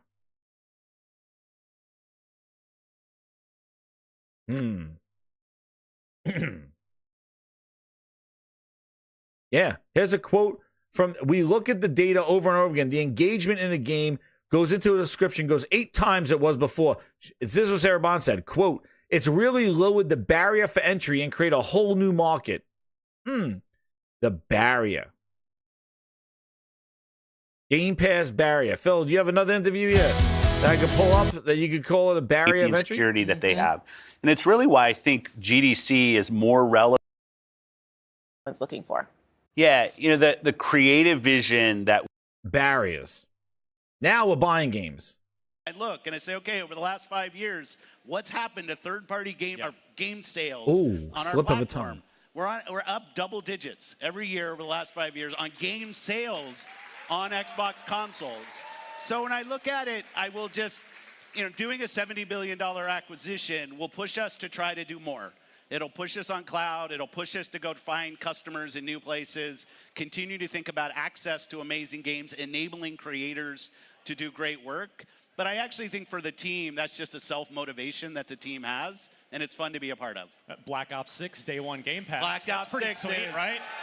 Like, some people said I wouldn't do that. Yeah, most people in this room have probably been used to spending $60, $70 on it every year. Now, if they're already subscribing to Game Pass, And good to go. But it's a choice. Like, we didn't say to anybody, you have to subscribe to play. If you want to buy Black Ops, it's great.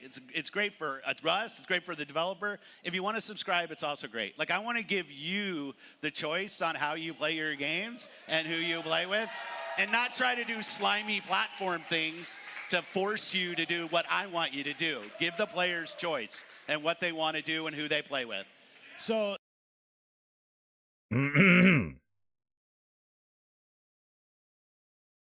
not doing slimy platform things to get you to do what I want you to do. I'm giving you choice. Phil, you've been talking about giving people choice since 2017. Choose where you want to play. Choose what you want to play. And how many times have I said it? They are not choosing you. They didn't choose your Windows Store. You had to put your games on Steam. They didn't choose your first-party games in Game Pass. You had to go buy whole-ass publishers. You had to go buy studios. They didn't choose your console. And now you're sitting here less than previous console sales. But you gave people choice of a Series X and a Series S. You gave them both choices and they choose neither. All this choice that you gave people choice on PC. They buy it on Steam. You're my #1 customer. You gave people choice to play Gears on their phone and realize that people don't want to play Gears on their phone. Mobile gamers don't care about your console games with touchscreens. You've given people wrong choice. You're my #1 customer. The choice, it's a lazy term for lack of vision. That's the problem. They throw shit against the wall to see what sticks. Choice. Tango got choice. I want Hi-Fi Rush too. Choice? No, you made that choice for me. You show me a game that doesn't warrant a $70 sale because you're not showing me enough of the game. But it's in Game Pass. Am I going to spend $7? And know what's crazy is that you could see this because the way they rolled out Sea of Thieves to PlayStation was showing how they would do to sell the game. But they won't do that with the other ones they hide. Just like I went over Avowed. Showed you Avowed. What did they do? You're confident in that game? No. You have a lack of confidence because they are not confident themselves. All those games they shown at the showcase, great. But do you feel confident that that's what they're going to be? After we saw how Halo got downgraded, what happened to Starfield, what happened to Redfall? You have confidence? No. He even said last year how they have to gain confidence of people. So because we have lack of confidence, you giving us choice, we're going to go with the least path of resistance. That's what choice. Val Dante with the 2, he goes, they are not enabling the Tango Gameworks, the fucking clown. That's right. Fake Man Bad Pig with the 2, Clown P3. Grind as you want it. And not try to do slime amazing game. We got them. We have more Xbox console users than we've ever had in the history of Xbox. And even when I look at things like the impact of Game Pass, because I watch that and I love Game Pass, like how it showed up in the show today, I think was fantastic. But we also want people to be able to buy games. So I go back and I look and I say, okay, over the last 5 years, what's happened to third-party game sales on our platform? We're up double digits every year over the last 5 years on game sales. We're up double digits over the 5-year grinders. Isn't that Xbox content and services? What numbers is Phil looking at? And notice the slip of the tongue, third party. And then he corrected himself in his own lie. The sale of third party. Oh, third-party games, Phil. I'm not talking about your game. Oh, then he's corrected himself. You content and services have been lower on both every year.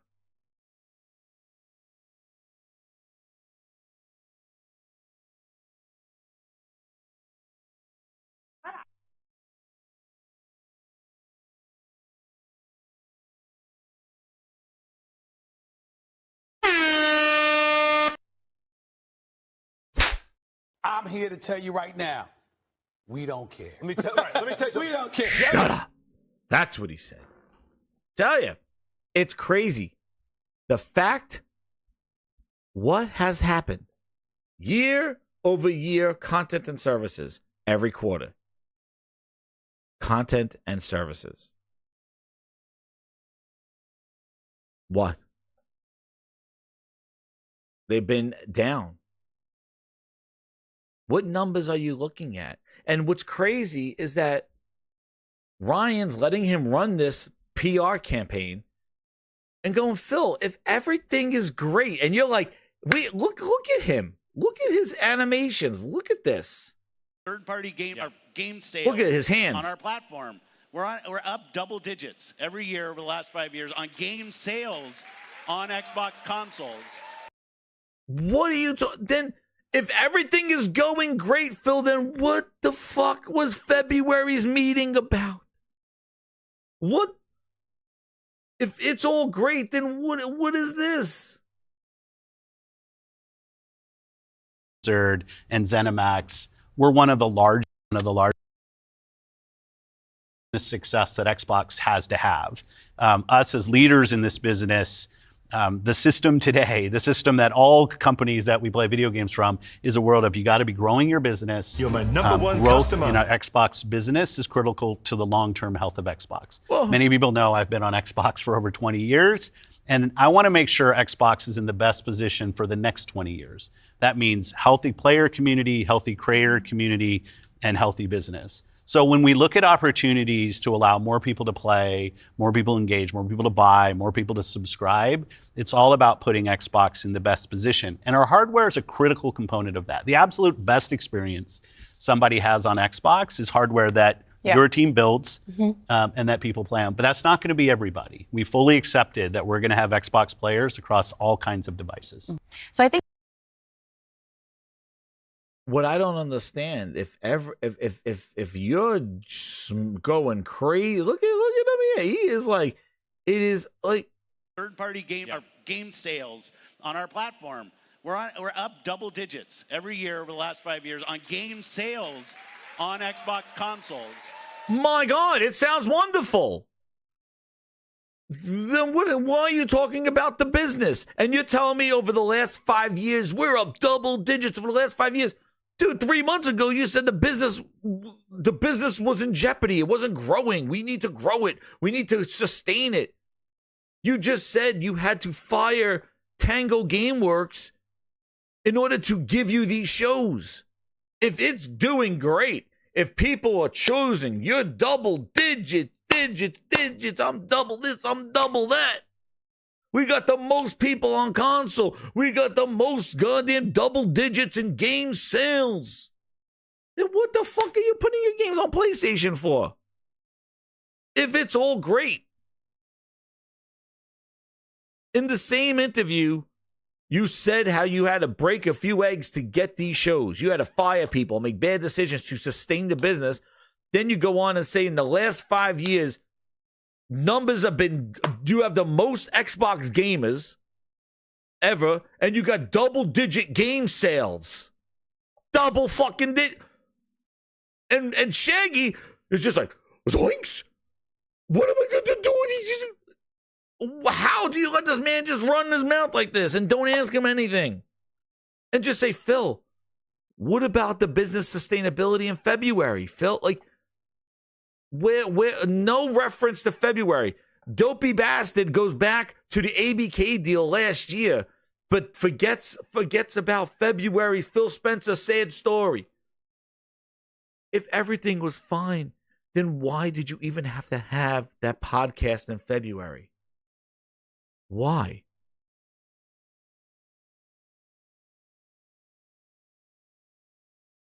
No goddamn sense.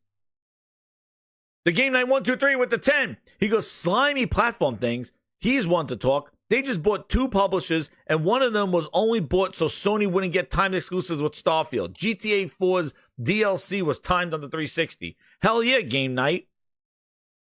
Slimy platform things that I want you to do. Nobody said any of that stuff when he said Starfield is exclusive. Nah. Exactly. Slimy platform things. Oh, really? Like what? Uh-huh.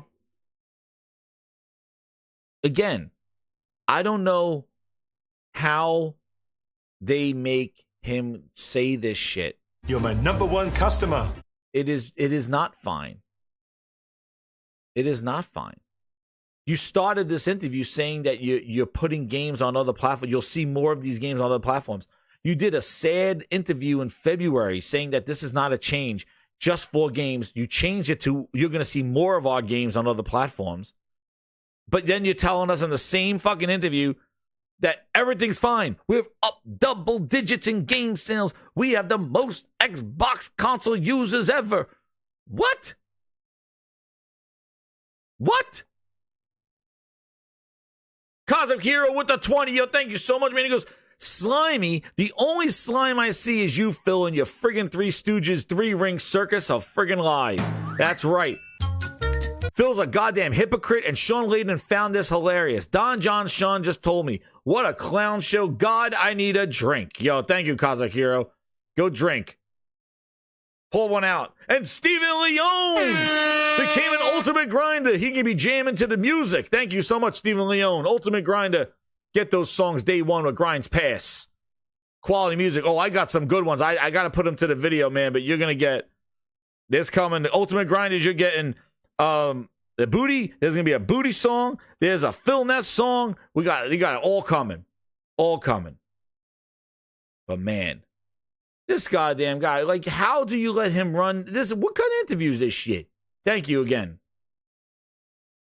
Don John just told you that, the Cosmic Hero, man. Sean Layden found this hilarious. It's ridiculous. So when I look at it, I will just, doing a $70 billion acquisition will push us to try to do more. It'll push us on cloud. It'll push us to go find customers in new places. Dude, they already everywhere. You've been everywhere. You just said cloud is not growing because people don't want to play AAA games or big games on phones. You said that last year. Continue to think about access to amazing games, enabling creators to do great work. But I actually... Oh, is he talking about... the Deliverance Kingdom Come to developers? Is he talking about not having gyro in the games? Is he talking about all those creators that are saying, hey, we can't get this shit optimized on the Series S? Is that the creators that he's talking about? Enabling creators with piece of shit hardware that's causing delays on the console? When Phil says this, I would be like, well, Phil, but then why are developers having issues getting their games optimized on Xbox? If you want to enable developers, well, it sounds like a lot of some of these developers seem to be hampered by your hardware, Phil. Where's that question? This is what I don't understand. These are facts. Developers have come out and said, hey, we are delaying games. To the Xbox customer, they are getting delays of games because of not able to optimize on your hardware.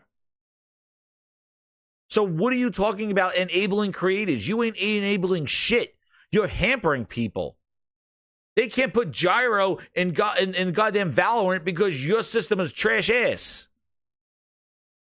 Kingdom Come can't give you that shit because they can't get their game optimized. Baldur's Gate went through that fiasco last year. So what are you enabling? You are enabling any of that stuff.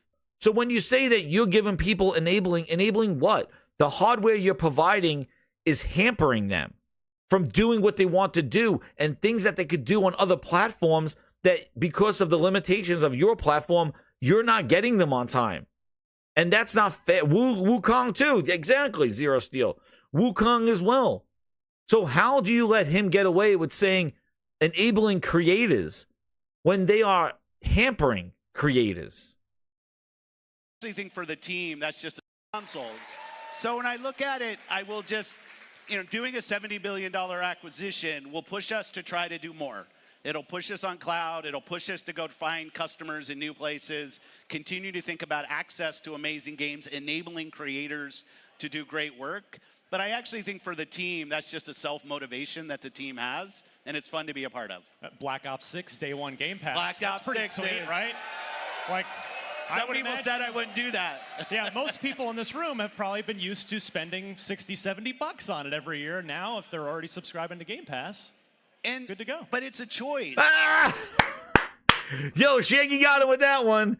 Shaggy completely got Phil with that one because that's not what Phil wants to hear. Do you hear that? Listen, this is probably the final part of this fiasco that I'm gonna go. But did you hear that? Did you hear that thing? Basically, Ryan, he basically told him, oh, so that's great, Phil. You put Call of Duty in Game Pass, so people who want to spend $60, $70 don't have to do it anymore.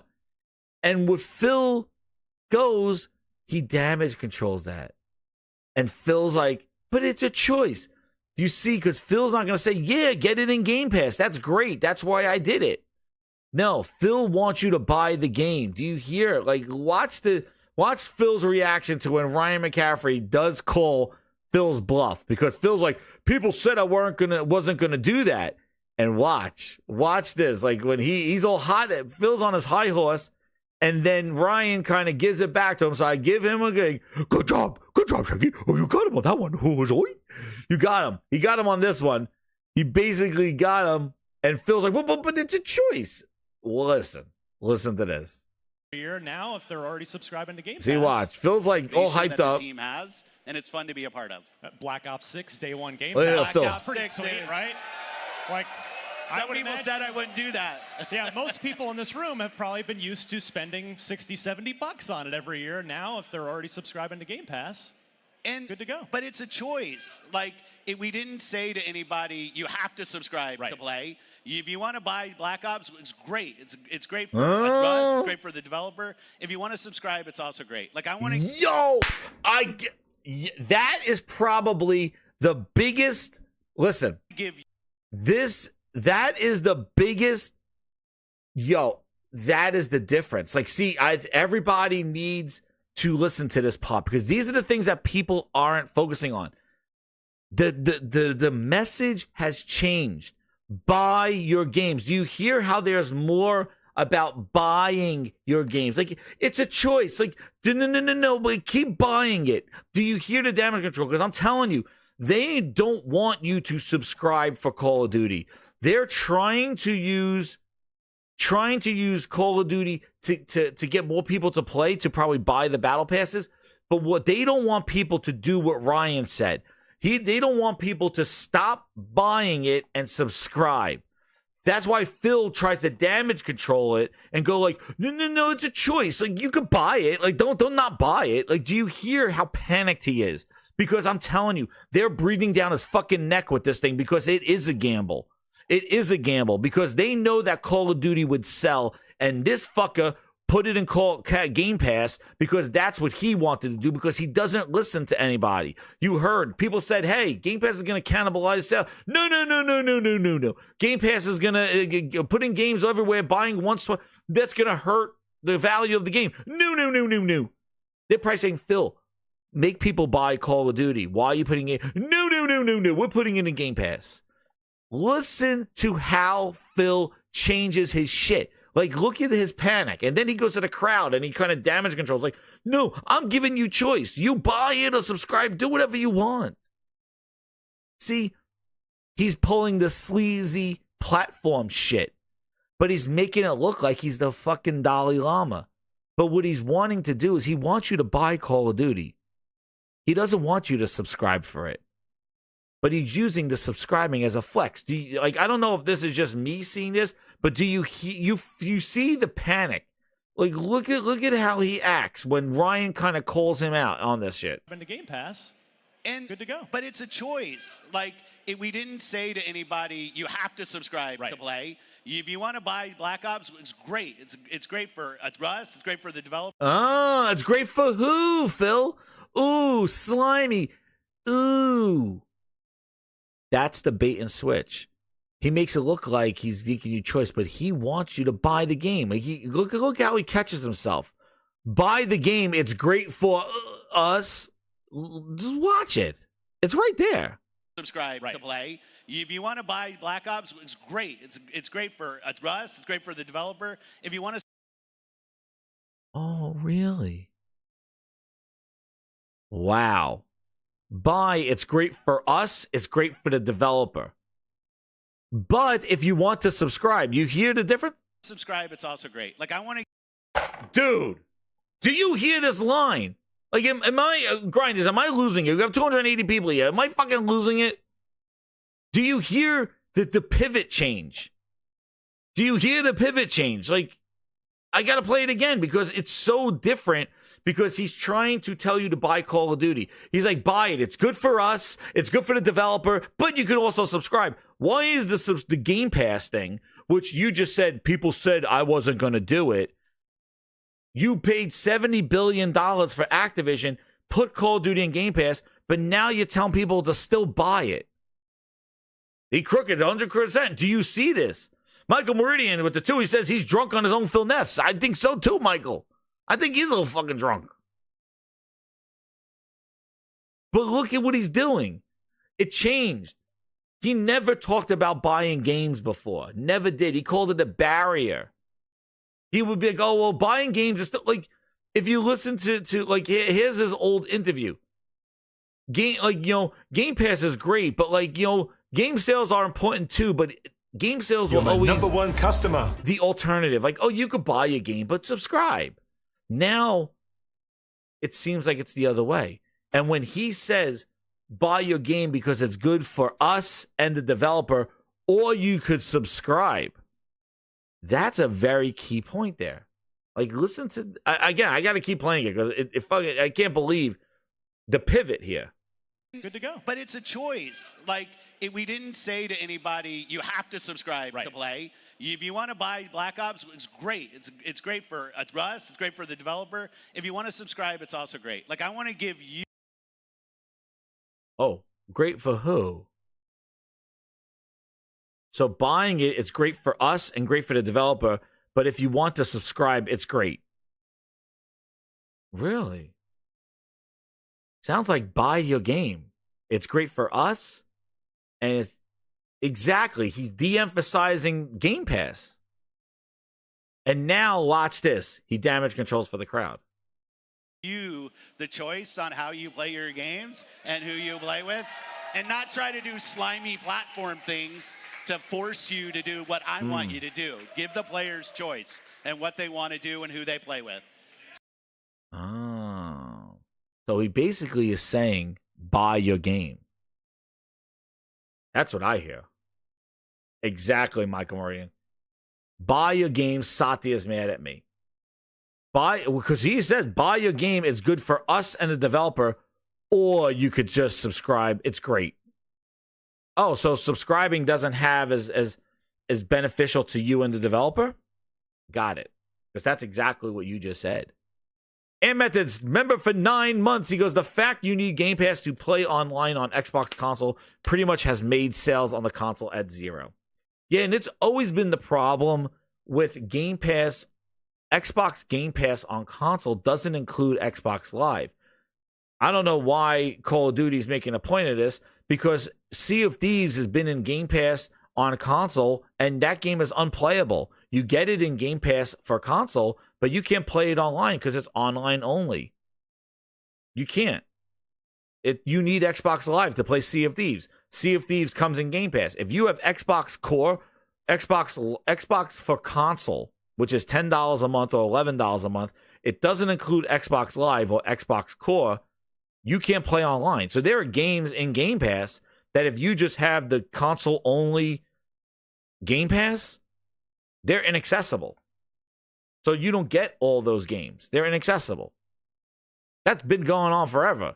Now Call of Duty just makes a point of it. So what they're trying to do to those people that you just get campaign. You don't get multiplayer because you don't have multiplayer access. But that's, again, they never fixed that. They kept Xbox game, PC Game Pass is the best value. That's what it is. There you go. Thank you. Anthony Perez proves that I'm not going crazy. He pivoted. They changed the whole thing again. And this is exactly because this thing of buying your games, this came about from the February showcase because he said Sony and Nintendo have what they want. They want sales. They want people to buy their games because they're losing money with Game Pass. And the Xbox business is not sustainable with all the money that they spent.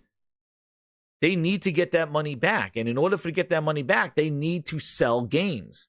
That's why more games will be on more platforms because they need to offset the loss that they're doing by putting it in Game Pass. That's why now he's like, it's choice. It's choice. He's treating now, buy your game 75% and subscribe for 25%. So he makes a big news piece about it going into Game Pass, but then he doesn't want you to focus on that. Like, no, you could still buy it if you want, because what his bosses are looking at, Satya's looking down Phil's neck and going, Phil, this gamble better work. Like, I think that it will, because PlayStation and PC, I think, You're where my number majority one customer of Xbox of Call of Duty game sales are. So they may offset that. But he needs to go, hey, they're still buying Call of Duty on Xbox. That's great. And we got more people subscribed too, so that's great as well. He's banking on that. That's why he doesn't want you to say, oh, Xbox players, don't buy Call of Duty, subscribe and get it. He don't want people to do that. And Anthony Perez with the 10, he goes, for years, Xbox tried to convince us that Game Pass helped developers. We didn't need to buy the games. Anthony, just to answer that first part, isn't that exactly what Phil said the advice was when he said the Game Pass was going to devalue and maybe people think that the games are free? Anthony, that's exactly what happened. Isn't that crazy? That's exactly what happened. To continue with your super chat, Game Pass made tons of money. They whipped out calculators. Now Phil is saying buying matters. Exactly. I never heard him hype up, and you could see how panicked he gets. And then he goes, well, he looks like the hero. Like, I'm giving you, he talks to the crowd directly. I'm giving you choice. You do what you want. I'm not going to be sleazy stuff. Do what you want. Oh, really? So I'm assuming the sleazy stuff he's referring to is making people subscribe to Game Pass. Because that's what I think he's referring to. He's referring to sleazy things like, oh, I'm not going to do anything sleazy and make you subscribe to Game Pass. Just buy your game. You'll be fine. Like, I don't think he's referring to Sony. I think he's referring to any methods that he's trying to do, because he's speaking about Game Pass and buying your game. And he's like, I'm giving you choice. I'm not going to do any sleazy thing for the platform. So what he's referring to is a sleazy thing of subscriptions. Hence why Call of Duty in Game Pass, it's not like including Battle Pass, including some VCs or some microtransaction money or like a little perk that way. There's no benefit, except if you subscribed, you have it. So, oh, True Virgil, stop sucking his ass. He's a blogger. He was crying. I said, where were you? I read this as a blog. He's a blogger. He's not a journalist. He said it himself. He said he don't even want to do this anymore. Supposedly he loves it. Come on, True Virgil. I don't give a shit. We got the Grindhouse here. All it matters. The 300 people that come here. I'll give it. It no matters. The gaming Grindhouse. Screw the Twitters. So you keep talking like that, I'm going to play your song. You had me laughing before, True Virgil. Now you're going to get me ticked off.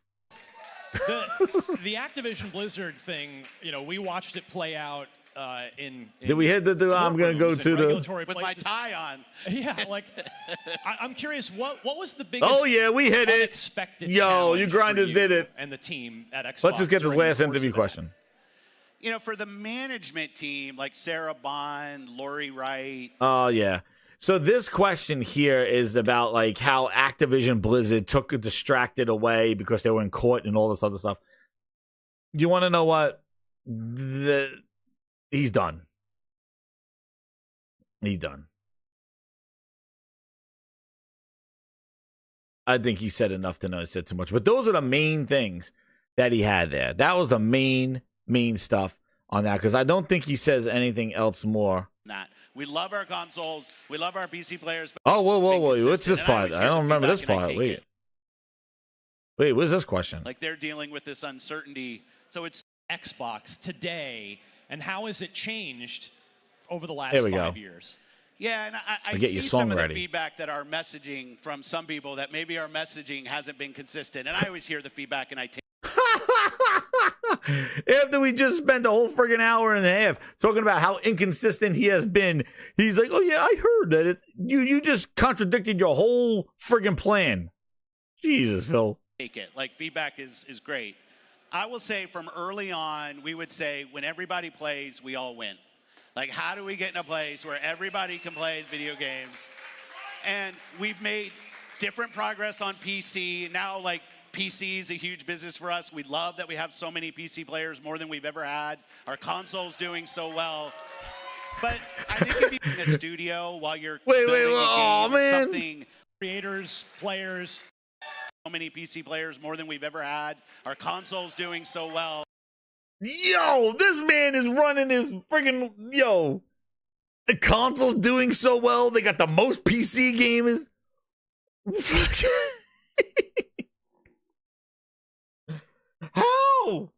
How do they let him just... this is wild. This is wild. What you watching, little bro? Caught you in 20K HDR 1200 FPS Super Nintendo iOS 49 Blu-ray Ultraviolet Radiation 1080p PlayStation 5. Oh my God. Back and you try to frame this industry through the lens of the tradition of is great. I will say from early on, we would say when everybody played Activision, Blizzard, and Xbox today. I gotta hear this. I gotta stop pausing this thing. This is fucking crazy. Last 5 years. Yeah, and I see some of the feedback that our messaging from some people that maybe our messaging hasn't been consistent. And I always hear the feedback and I take it. Like, feedback is great. I will say from early on, we would say when everybody plays, we all win. Like, how do we get in a place where everybody can play video games? And we've made different progress on PC. Now, like, PC is a huge business for us. We love that we have so many PC players, more than we've ever had. Our console's doing so well. But what happened to let us compete? What happened? We're 4th or 5th. We need it by Activision to compete. Your console's selling worse than the previous one. You never win an NPD. You're always 3rd. What are you talking about? And if console was doing so great, then what the hell were you saying in February where consoles are stagnant and they're not doing anything? That's why you need to put your games on PlayStation and Switch. You just said that in February. But consoles are great, PC, everything's wonderful. Yo, man. I think if you sit back and you try to frame this industry through the lens of the tradition of who sold a console today, and that's the only solution to making gaming better, I think, Xbox is doing something different than that. We love our consoles, we love our PC players, but really it's about creators and players and amazing games coming to them. Sign me please, I will bend over and touch. My knees tell me it's better when we all play the make exclusive games and lie. To my face, thank you, Phil. I don't know, Shaggy. I don't know if this is Phil Spencer. I don't know, ZOINKS scoops. I don't know. He just said a whole bunch of shit. I don't know what to say. I was supposed to read the scoops. But Shaggy, he's lying out his fucking ass, Shaggy. What are we gonna do? About booty snacks. Booty snacks? Booty snacks? Booty doo-doo-doo. But Shaggy is lying. What are we going to do? I think Yo. McCaffrey, you got owned. Philness took your interview and said, bitch, please, stand on the side. I got the stage now. He ran you in the ground. What a horrible thing. He got you goddamn booty snacks. ZOINKS. He owned your ass. So when I heard this whole thing, I was like, dude, this is an episode of friggin' Scooby-Doo. And I was like, you know what? Let's put this into music. So grinders, we hit over 150 likes. Keep hitting that like button. Let's get up to 175. But let's recap this whole disaster of an interview with a story told in gaming grindhouse music. So without further ado, I give you ZOINKS and Games. This is definitely the kind of music you get when you get a become an ultimate grinder, as Stephen Leone has become. Great music coming your way. ZOINKS and Games. Tell us the story of what the hell this interview is about. Oh, yeah.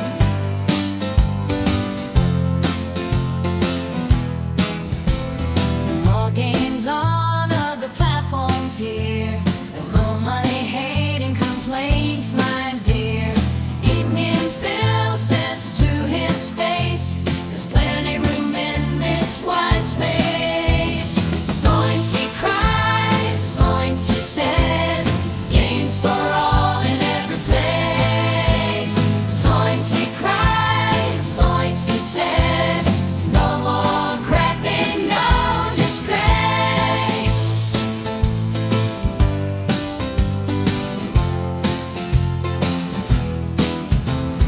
Ryan jumps with shout and cheer. Oh, well, Scooby, this is what I fear.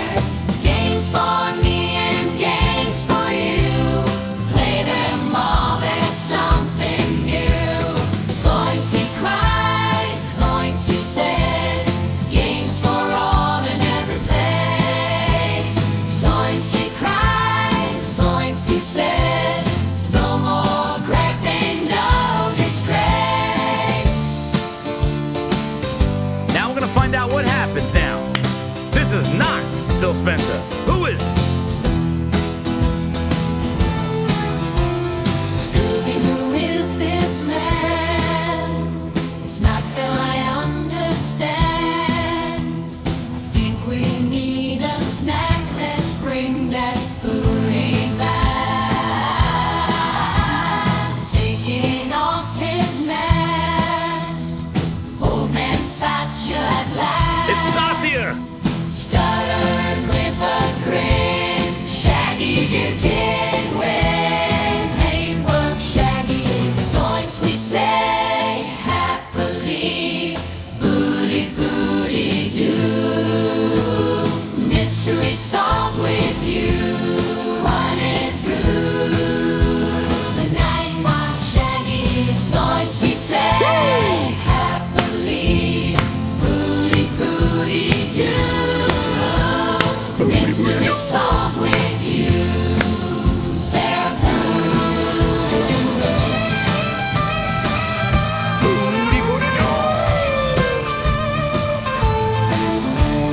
Take off that mask. It's old stuttering Satya. He would have got away with it if it wasn't for you pesky kids. It's stuttered. through the night. Monsters gave us fright. Unmasked their disguise. Scooby's eyes. Great work, Shaggy. ZOINKS we say happily. Booty, booty, do. Mystery solved with you. Running through the night, watch Shaggy. ZOINKS we say happily. Booty, booty, do. Mystery solved with you. Running.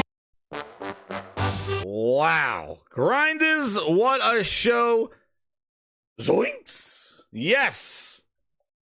What an interview. What a song. We did it. We hit over all those likes. Thank you again. And there's some special music from the Gaming Grindhouse to add to the show. We got almost 175 likes, dude. Booty, booty, doo. Get those booty snacks. I want your booty snacks. Yo, man. Thanks again, Grinders. What a friggin' show. Yo. We went so long, but man, what a show, man. Simon's like, pissed. I just thought of it as an episode of Scooby-Doo, man. Just like, that wasn't Phil Spencer. It was old man Stutter and Satya. And he's like, I wouldn't get away for it. It wasn't for you spesky kids. It's Stutter and Satya. That's who it was, man. A whole episode of Scooby-Doo right there. Booty, booty, doo. Where are you? Yo, but thank you again, Grinders. Incredible show. I told you it was going to be epic.